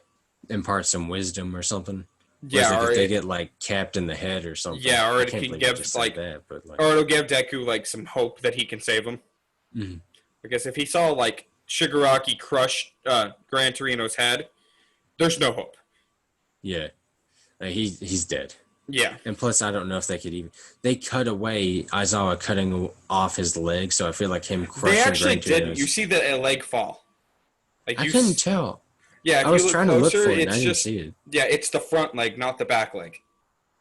Like Huh. while he's running, he cuts from under the knee while he was running, Mhm. and like kind of falls onto Lockrock. Mhm. So Lockrock starts carrying him because he's not going to be putting any weight on anything because there's nothing to put weight on. Mhm. So he literally like takes the sword boot knife thing and literally lops his leg off, and it just falls to the side. They don't make a big deal out of it; it just falls because Aizawa was metal. Let me. I was looking for that really hard, and I guess I just missed it. Yeah, I if want you to see look what it was. at the front leg, it's the he cuts the front leg off. Let me see. Let me see here. But yeah, as for right after, where do we stop at? Oh yeah, the whole thing with Todoroki showed up. yeah, Todoroki. So then it cuts over to Oh, I see it. Uraraka's group. Yeah. Yeah, Okay. I was just curious. yeah, yeah. I They can't don't believe make I it missed super that. clear, but like, yeah, he put the knife under like his kneecap and cut forward Mhm. so that he could do it quickly. Yeah. Instead of like sawing through, he just flicked and it's off. Man, that's always awesome. Yeah, That man is taking some injuries for the cause. yeah, he does. He goes through hell for his students. He's the best dad. Oh man, he Besides is. all dad, but all dad is the best dad always. So. But yeah, it cuts over to Uraraka's group, and Ida's basically they're like, "Where did Todoroki go?" He said that he's gonna go after the 2 Lockdown Boys, which apparently that's their nickname is the Lockdown Boys. That's their rap That's their group name. yeah, their boy band name. We do get. Uh, We see that they're talking about what happened to Todoroki. yeah, and Uraraka kind of wants to go to figure out what's happening over there, but then it cuts over to 2 people freaking out about some newscast, and he's like, "Oh, can we listen to that?" They're like, "Okay," and it cuts to an announcer who's like, "What is it? A super growth villain, which they're just talking about the size of it, is going undeterred through all, making its way towards this district. We thought these places were all right next to each other. They're not." Mm. Because we thought this hideout was like near the city, the same city that the hospital was in. Apparently, these are very far away because somehow, what's his name, Giganta Machina, has managed to wipe out all of the kids despite the plan that just went out. And Yeah, he's like we don't even really super see armored it. his arms, super armored his head, and he is just you get to see like the kids just beaten all over the ground and some of the heroes, and it's like, okay, he's making a straight line to this place. He will be walking through city A, B, C, D, E, F, G, H, I, J, K, L, M, N. So he's going through like 15 places already. And he But just barrels through. yeah, he's going to be going through all these places, and like they're like, oh, who's gonna help all those people? And they kind of just look around, and they're like, oh, us. We have to. Yeah, they have to be the ones to do it. Which I love how it's almost exactly what I said was gonna have to happen, because Uraraka and Wash can literally just stop this. Mm. If they get the perfect chance, those two working in tandem could definitely just like hold the problem off until this part's done, and then they can arrest him. Mm. And plus, they have all the villains. Yeah, and that still leaves some pretty, some pretty big powerhouses to just go against stuff. Because like, I wouldn't put Ida down as a weak character. He's definitely pretty powerful. And who else was there in her little group? It's her, Sue, Ida. I can't. You still have it pulled up, right? I do, but I don't remember if it showed just go to anybody. it goes to a group shot. Let me see. But yeah, it's her, Sorry, Ida, Sue, I think Mineta. Which, yay, great boy. It only shows those three. It doesn't show Mineta. I think you see this little grape head. I don't see him. Yeah, I can't pull it up from here, so I can't check. Yeah, I'm looking. I see Ida, I see Sue, and I see Uraraka, but I don't see anybody else. Whenever they're talking to the civilians, and it shows all of them in a wider shot, you don't see anybody? No, I can't make anybody of note out. Okay. It looks like a bunch of civilians. Yeah, but I thought Mineta was there. I mean, there has to... Wait, wasn't Mineta with Yaoyorozu's group? Wasn't he helping... Was he? I don't remember. Yeah, he was. Might be. He was one of the ones with the serum. Oh, yeah, he was.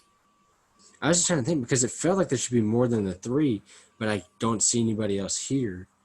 And there probably is somebody that we're just not thinking of that was probably at like the hospital or something. Mm-hmm. Besides Todoroki.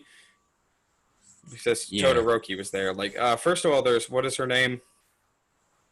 Lead sidekick of Endeavor.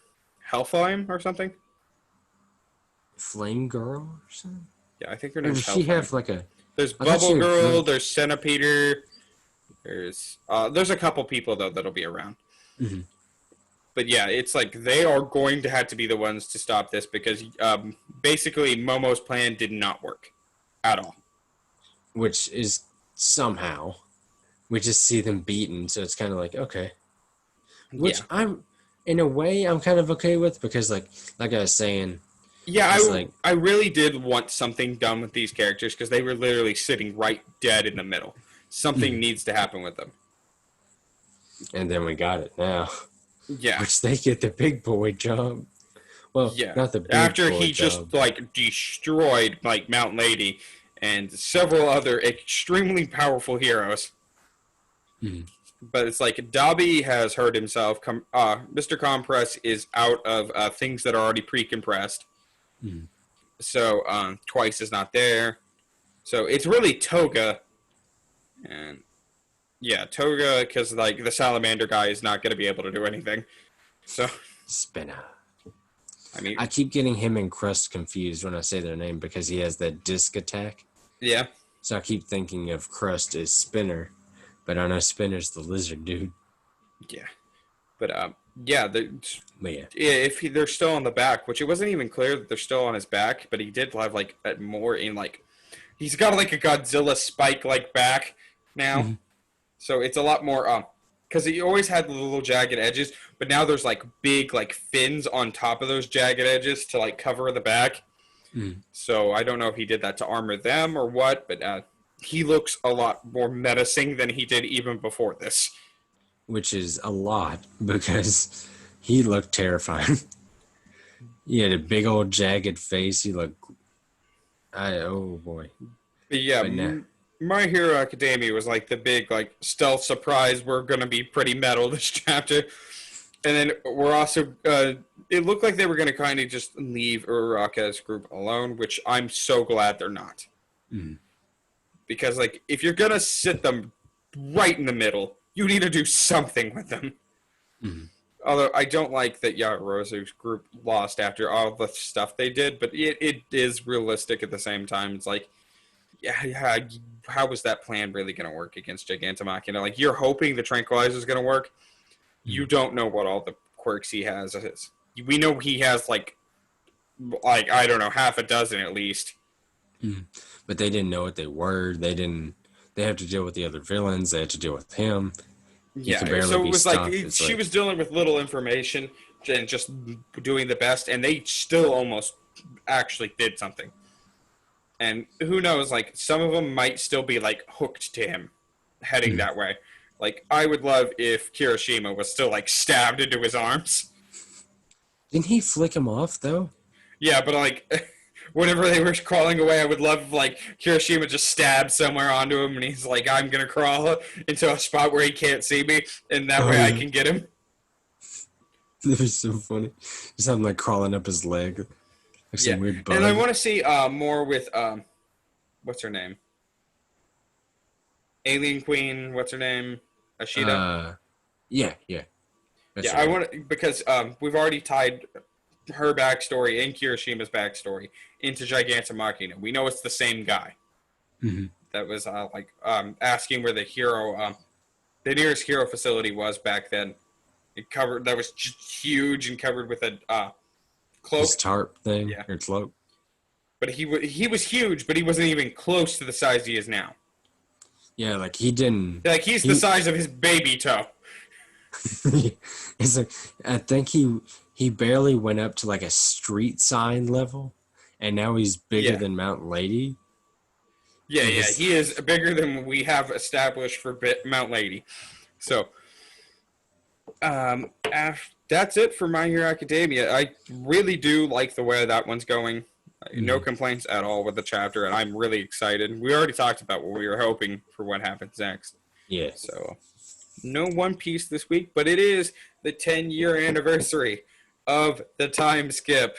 We've been reading this for over 10 years. We've been reading One Piece for a decade. Oh.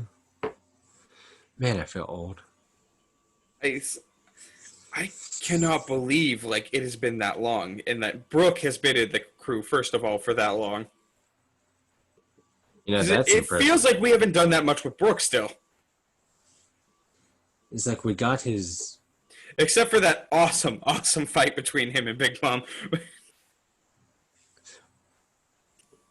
That was so cool. Like, Brooke just stood up. Brooke was probably showed he is one of the manliest characters in all of this series by going 1-to-1 with a freaking Yonko. Even his captain got one shot. Yeah, Brooke lasted longer than Luffy, and he wasn't just fighting Big Mom. He was fighting Big Mom plus all of her personal homies. Brooke is truly a man's man. And once again, he's cut Zeus in half, and he was with Frankie when Frankie ran over Big Mom's face. Officially cementing every single part of the Frankie Shogun has hit her in the face.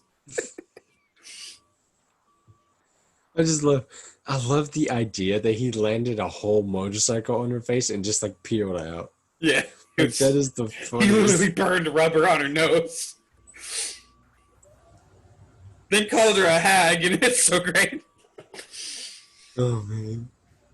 Going on with To Burn the Witch. Which was, you said 5 chapters long? Yeah, it looks like it's a lot more limited than we first thought it was going to be. So apparently it's only going to be a few parts long, and also the animated series is now just a feature film. Is it going to cover like what we've seen already plus more, or is it its own separate thing that we're going to have to read the manga and then watch the movie as a continuation? That we don't know. Huh. But based off the scenes in the trailer we've seen so far, it is what we've already seen. Yay. But I do kind of want to see it animated. Like, do. It would be cool. But, I mean, I like it, but it's just like, after that first trailer, I lost my hype for seeing this animated.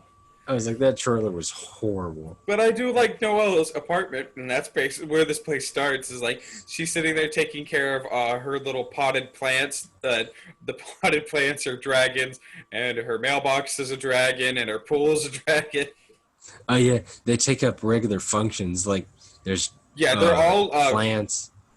yeah. Oh yeah, I think they said they all have parts to do with not just like being like regular appliances. Like literally, there's like a riding broom one that's personal transportation.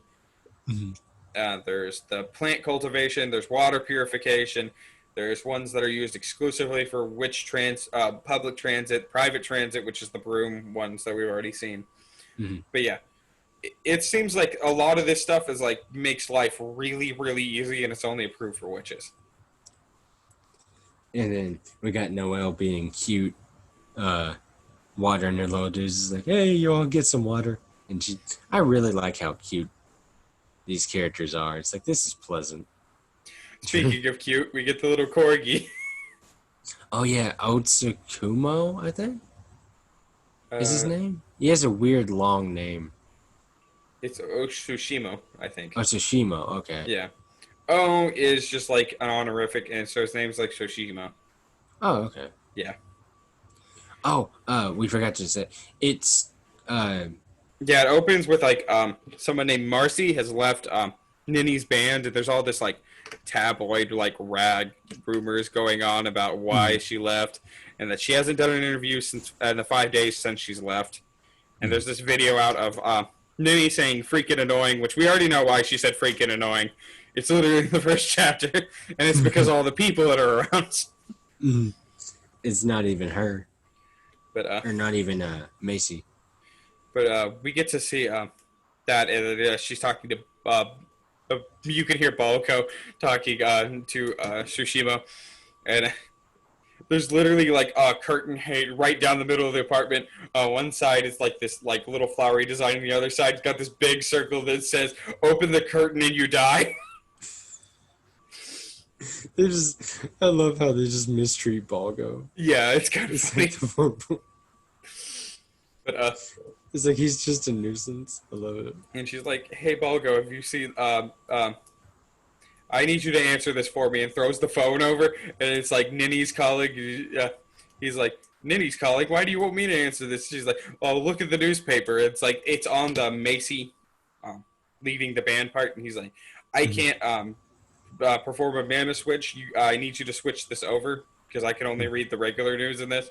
So she like swipes on the part where it says like London Review or something, and it turns into the reverse London Review, and it's suddenly Noelle's on the cover of it as what is it? The Wingbind headliner of the week, and Yeah.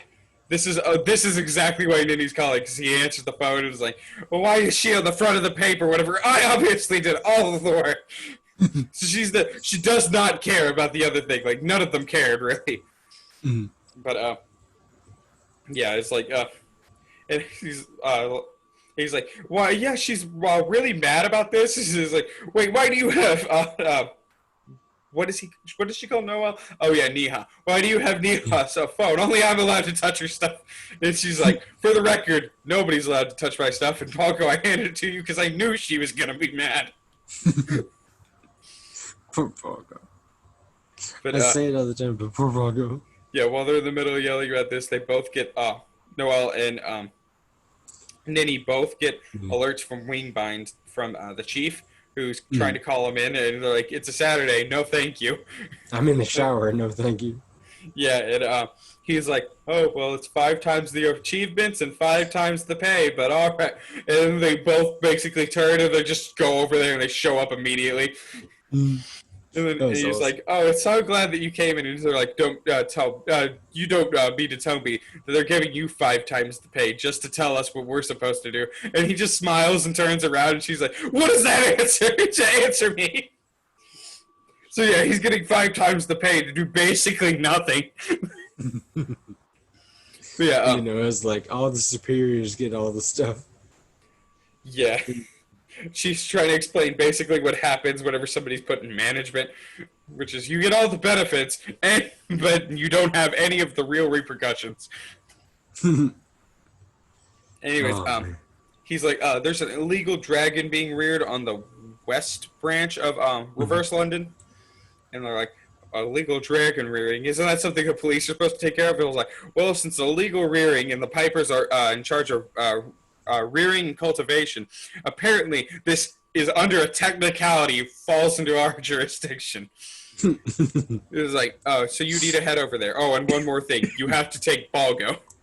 So they kind of like tape Balgo to the back of the house, tape her to his her dragon a broom thing, which the brooms are alive. We didn't know that beforehand, but yeah, the brooms are alive. Mm.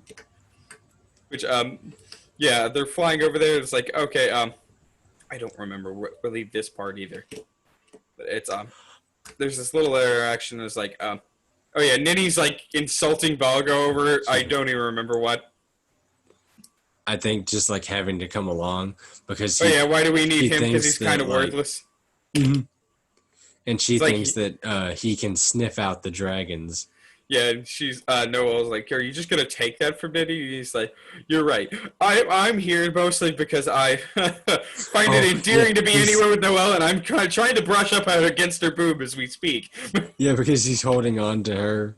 Yeah, and he's like slowly like squirming up, trying to like nudge her boobs.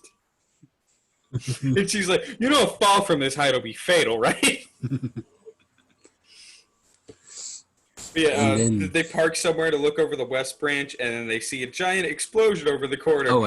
oh, she gave Noelle gave Balgo one of their flutes, and Gives him a knockoff flute.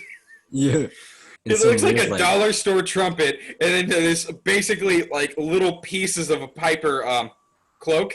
Mhm. So he's like, "Oh, well, this will make me seem even closer to Noel." And they're like, "Okay, pervert." But yeah, Like they then see we this. see the Yeah, the little explosion. explosion, and they're like, "Oh, it looks like it's happening over there." Like Nibby, it's kind of turned away. He's like, "I kind of want to look somewhere else." So like, what if the dragon did it? Besides, they'll probably give us even more achievements. And she's like, "Fine, if you're going, I'll just go." She just flies there like upside down. Yeah. So it turns out it's to the what do they call it? The review revenue, something like that. Let me check real quick. I can get it pulled up. But it's like the main gossip magazine. It's framed as the main gossip magazine of like London, Mm-hmm. and Just uh, sorry, it's taking a second. I'm trying to.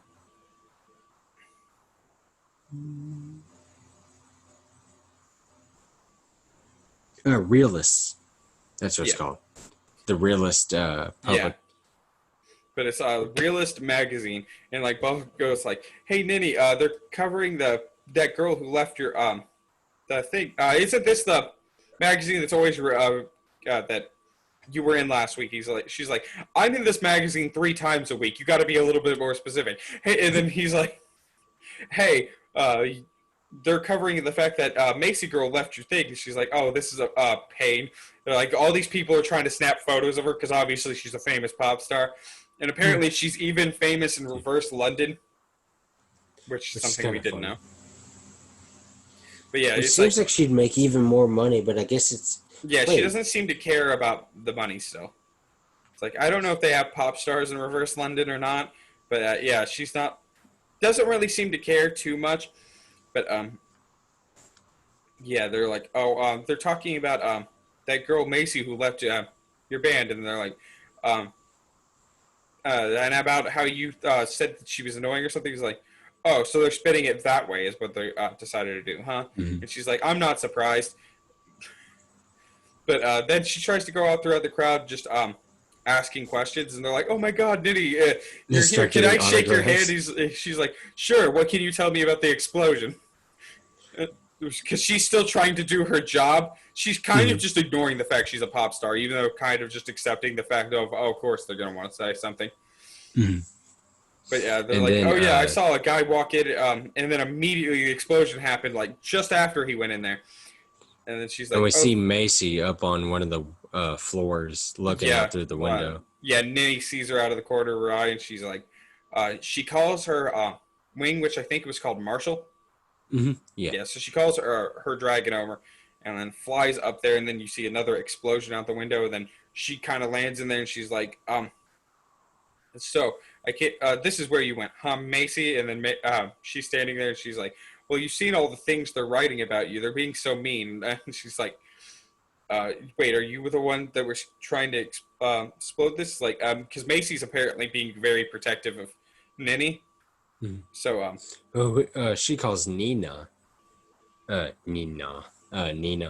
yeah, So her real name is Nina, yeah, which is but kind of a neat. yeah, but she's like, yeah, I was going, you can't explode this building, and she's, you can't ruin this building. She's like, oh, but I heard that if the building falls in reverse London, that it'll fall in real London, which is weird, but that's quite kind of cool, I guess. And like Nindy Yeah. kind of confirms it. It's like, wait, you weren't the That's one true. trying to make this building explode, were you? She's like, of course not. It was this little one, and it was this giant like bomb dragon thing. Yeah.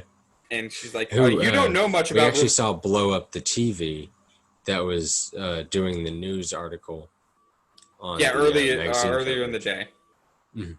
But yeah, we should have mentioned that before. But anyways, because we saw it from somebody else's TV's perspective, and some guy talks to her. Mhm. But anyway, she's like, you don't know anything about Reverse London, but you got to hand that dragon over to me because that's considered a felony.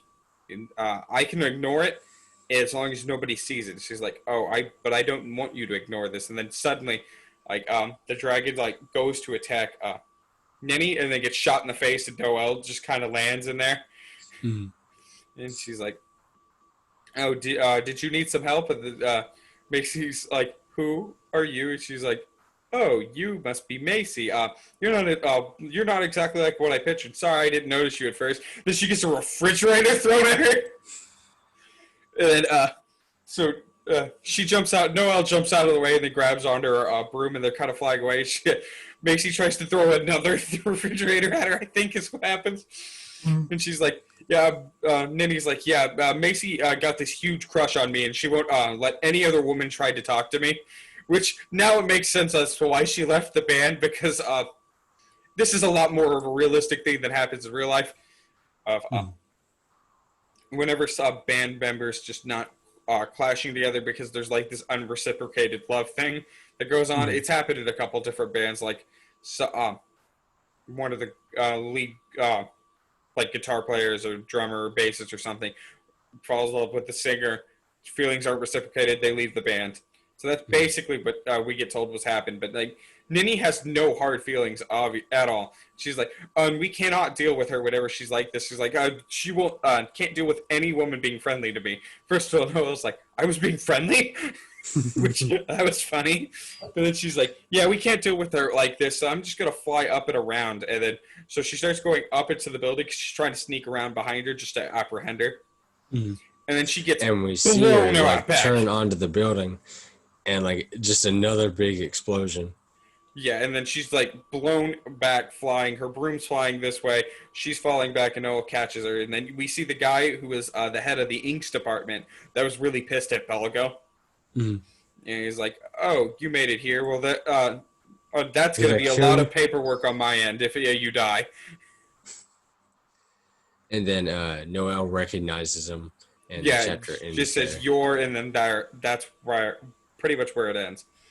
But we already know his name. I don't remember it off the top of my head, but he's the head of the inks department, which is Magic Circles, if I remember right. I don't know how I remember that already. Am I mentally prepared to learn a whole new Gote 13?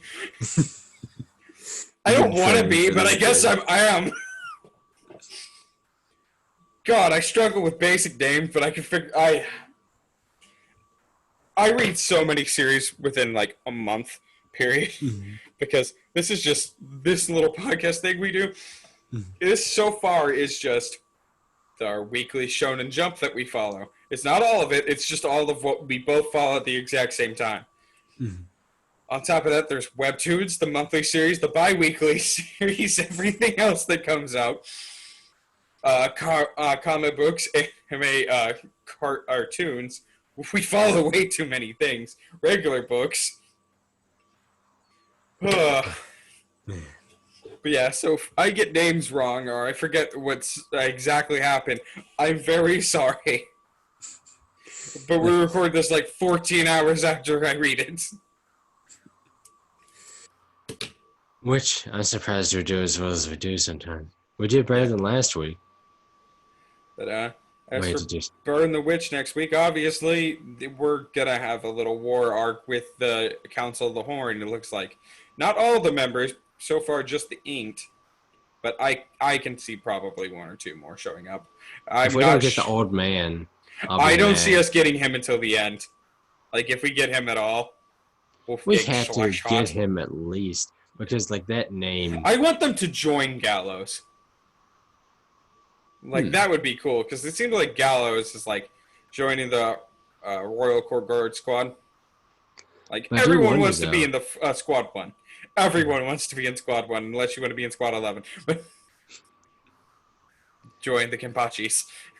But I do wonder though. It's like if it's going to be about 5 chapters, it's like we're already going to be on chapter 3 next week. Yeah, I'm not sure if it's going to be exactly 5, but basically what we're getting is like it's a super limited release. It's probably going to be longest like 12. Oh. It's what I mean. It's at least what I've been updated to now. Mm-hmm. Because I thought limited release, okay, that might just be like a year long. Because I thought this was going to be like a short one season anime, but it is just one feature film, and it is an extremely limited series run. Like it's said, it's like what we're getting is pretty much already out. It's like he's done writing it. They're just putting it out as promotion for the movie. So just enough to fill slots for the movie. Yeah, and the movie is really just there to buy time for the Bleach anime. So, which I don't know if I would prefer the 1,000-Year Blood War arc animated or Burn the Witch more story content. It's hard to say. I don't know. I really want them to take the chance to fix the 1,000-Year Blood War arc. I'd love it if they just did it like the final arc of Fairy Tail. He didn't like fix a lot of stuff, but he had some nice details. He did fix some of the like bigger concerns he had with it, but like that's really what I want is like Kubo did not like the ending. We all know he didn't like the ending, and that wasn't how he wanted it really to end. Especially I would love with it so the much unkillable Gerard Valkyrie just suddenly being like, whoop. I got zapped, baby. I'm a giant skeleton. Yeah. Like, if they change the thing with a stupid blood clot arrow thing, I would or love change it. how they use it at least. Like I know they wanted to make Uryu and Ichigo both useful at the same time. Mm-hmm. That's cool in practice, but like Uryu has never actually been useful. Except for that one time he was like firing off the freaking Reishi Mm-hmm. to literally stop summoning hollows. That was the only time he's ever really been useful. Because like, okay, you can wasn't say that the his Iran introductory arc? Yes, you could say the Iran car arc, but not really. I mean, the knives were cool, but did he really, really need to be there? Is there anybody he really needed to fight? Like, wouldn't have gone down otherwise? Oh, we couldn't get Chad to handle him. He's too strong. I know. Chad, who possibly died to that one little minion on the staircase. I love that. It's like, leave it to me, Ichigo, and it just ends. It's like literally the next time we see Chad, he's like 10 years later, he's in a boxing match. It's like, okay. Which, that's cool and all, but I would love for them to actually take the time to fix it, because it's like, it didn't have to be as painful as it was of an ending, especially since we did get some really cool stuff. Like, so the Bankais we got were very cool, and they fit very thematically. But I want to see Kenpachi's Bankai animated so bad. I want more with Aizen. I want at least an explanation if he doesn't have a Bankai. If that's all you give me, cool. I just want an explanation as why he didn't use his Bankai. Or it's like, my Bankai doesn't work in fights. And like it never came up in a situation otherwise. Yeah, Since like I couldn't use it or something. it's like it's a very specific Bankai, which we've already seen those before. Mm. It's like, what is her name? She was the first. This is, she was the first Kenpachi. Unohana? Yeah, Unohana. Her Yeah. her Bankai is very specific. She Mm. can't use it all the time because it's so specific. But they never gave any kind of explanation for Aizen. It's just like, oh, we get Yeah. a shit, yeah. But who cares about that Bonkai? We didn't All of need us, that. we all did. We all cared. It's like, oh, no, you didn't. No, you didn't. You know who really cared? That one guy who melted whenever he tried to like be like, "Don't worry, I can handle Aizen." Thanks, random goon number 5. That Aizen literally melted with the power of his freaking soul. You know, the one thing besides the arrow thing that gets me, I want Ichigo to use that new form effectively. Please. I wanted Ichigo to fire a Sero. Like, fire a Sero, use Blute. Why you have a perfect trilogy form now? Why aren't you using some of the powers from the other forms? It's like all he does is try to hit, I'm going to say Yahweh again, Yuha with his sword, and that goes absolutely nowhere, and then he breaks the form, and we never see it again. It's like, you had the ability to shoot lasers out of your eyes. Like, do you that, remember dog. how cool it was whenever we got his Vastalorde form?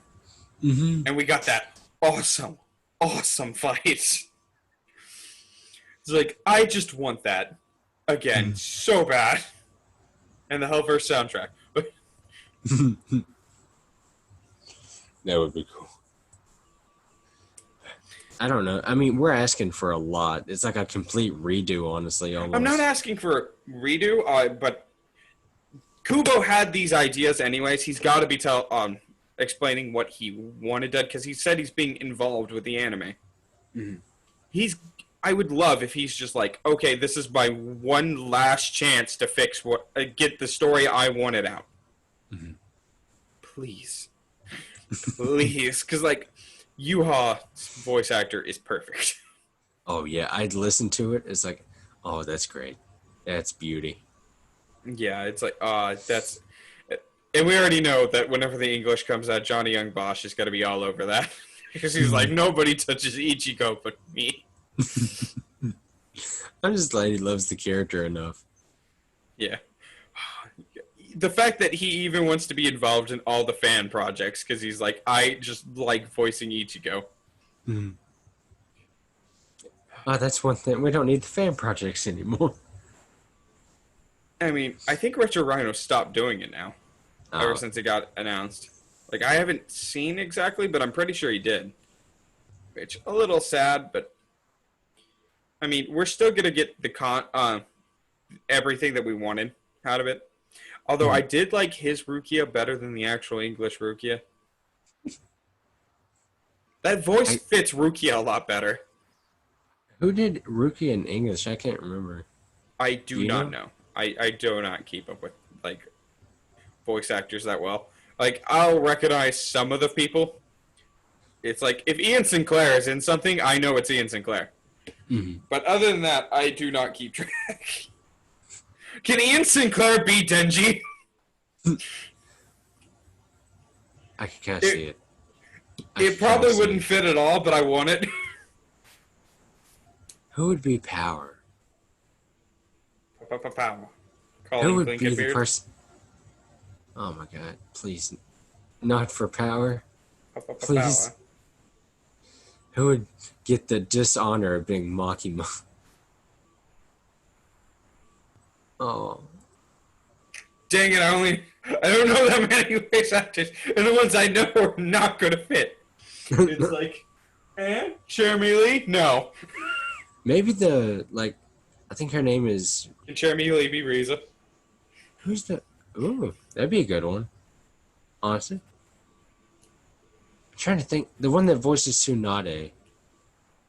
I can't remember. I think that would be a pretty decent Makima, I think. Going off the voice I hear in my head. Who for is it. it that voices Icarus in Heaven's Lost Property?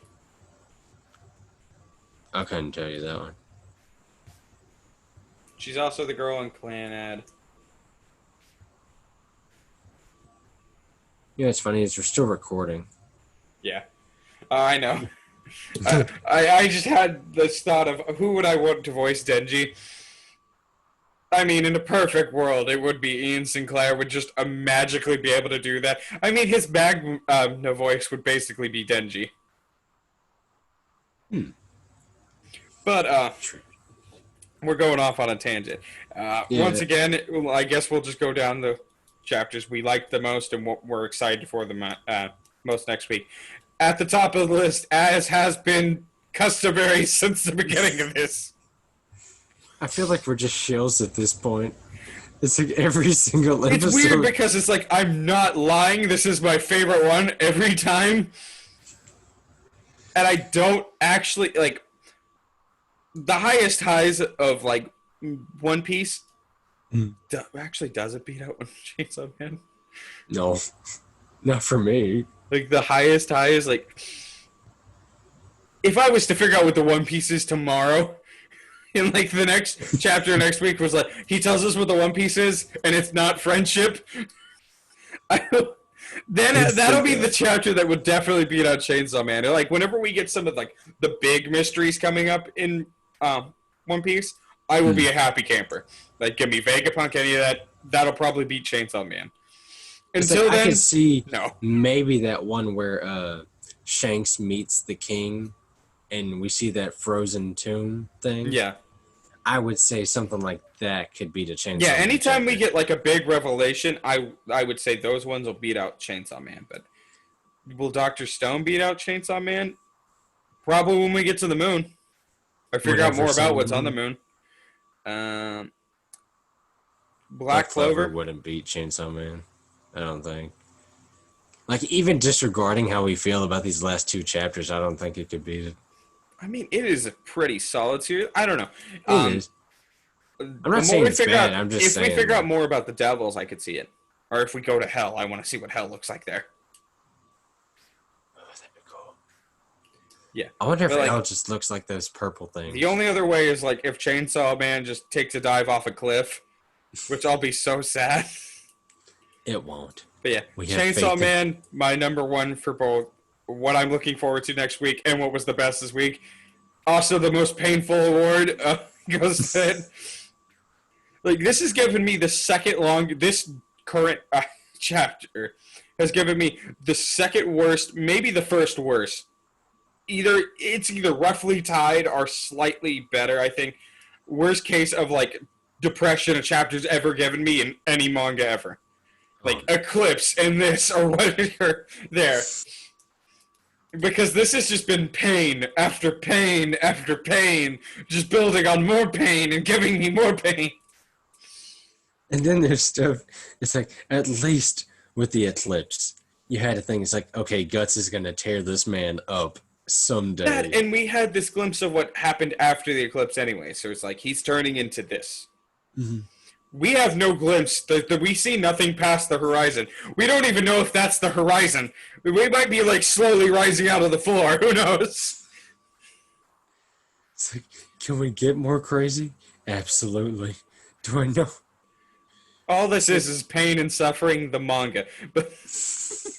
But yeah, that's number one probably.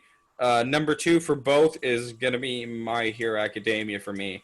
Oh, yeah. It's like, as for three, Dr. Stone. Dr. Stone. Man, it was a fun time. It was like, I read Chainsaw Man last because I hate myself, apparently.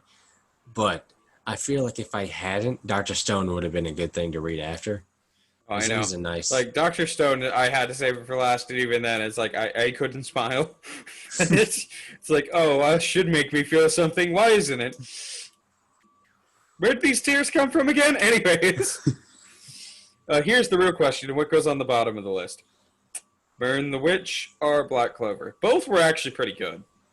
Like, I don't like Noct, but I don't know. It was a good setup chapter. Yeah, it's like, it's making clear, like, we're going to get quick setup and quick payoff. which I'm happy with. And hopefully we do a cutaway to some of the more interesting characters while we finish up like some of the basic stuff before they explain what we're doing. I really Yeah. just want to figure out more about what happened in the Heart Kingdom. But honestly, I'll say Burn the Witch was probably better than Black Clover this week. Mm. I like the dynamic between Ninny and Noelle. And Yeah, like and like Blanco being a little weirdo. the whole little comedy scene with Macy throwing a freaking fridge. Like, I did not see that coming. That was hilarious. I was like, oh, she'll just use the dragon to blast him. I didn't think she'd pick up a whole fridge. That or she's like suddenly getting super jealous.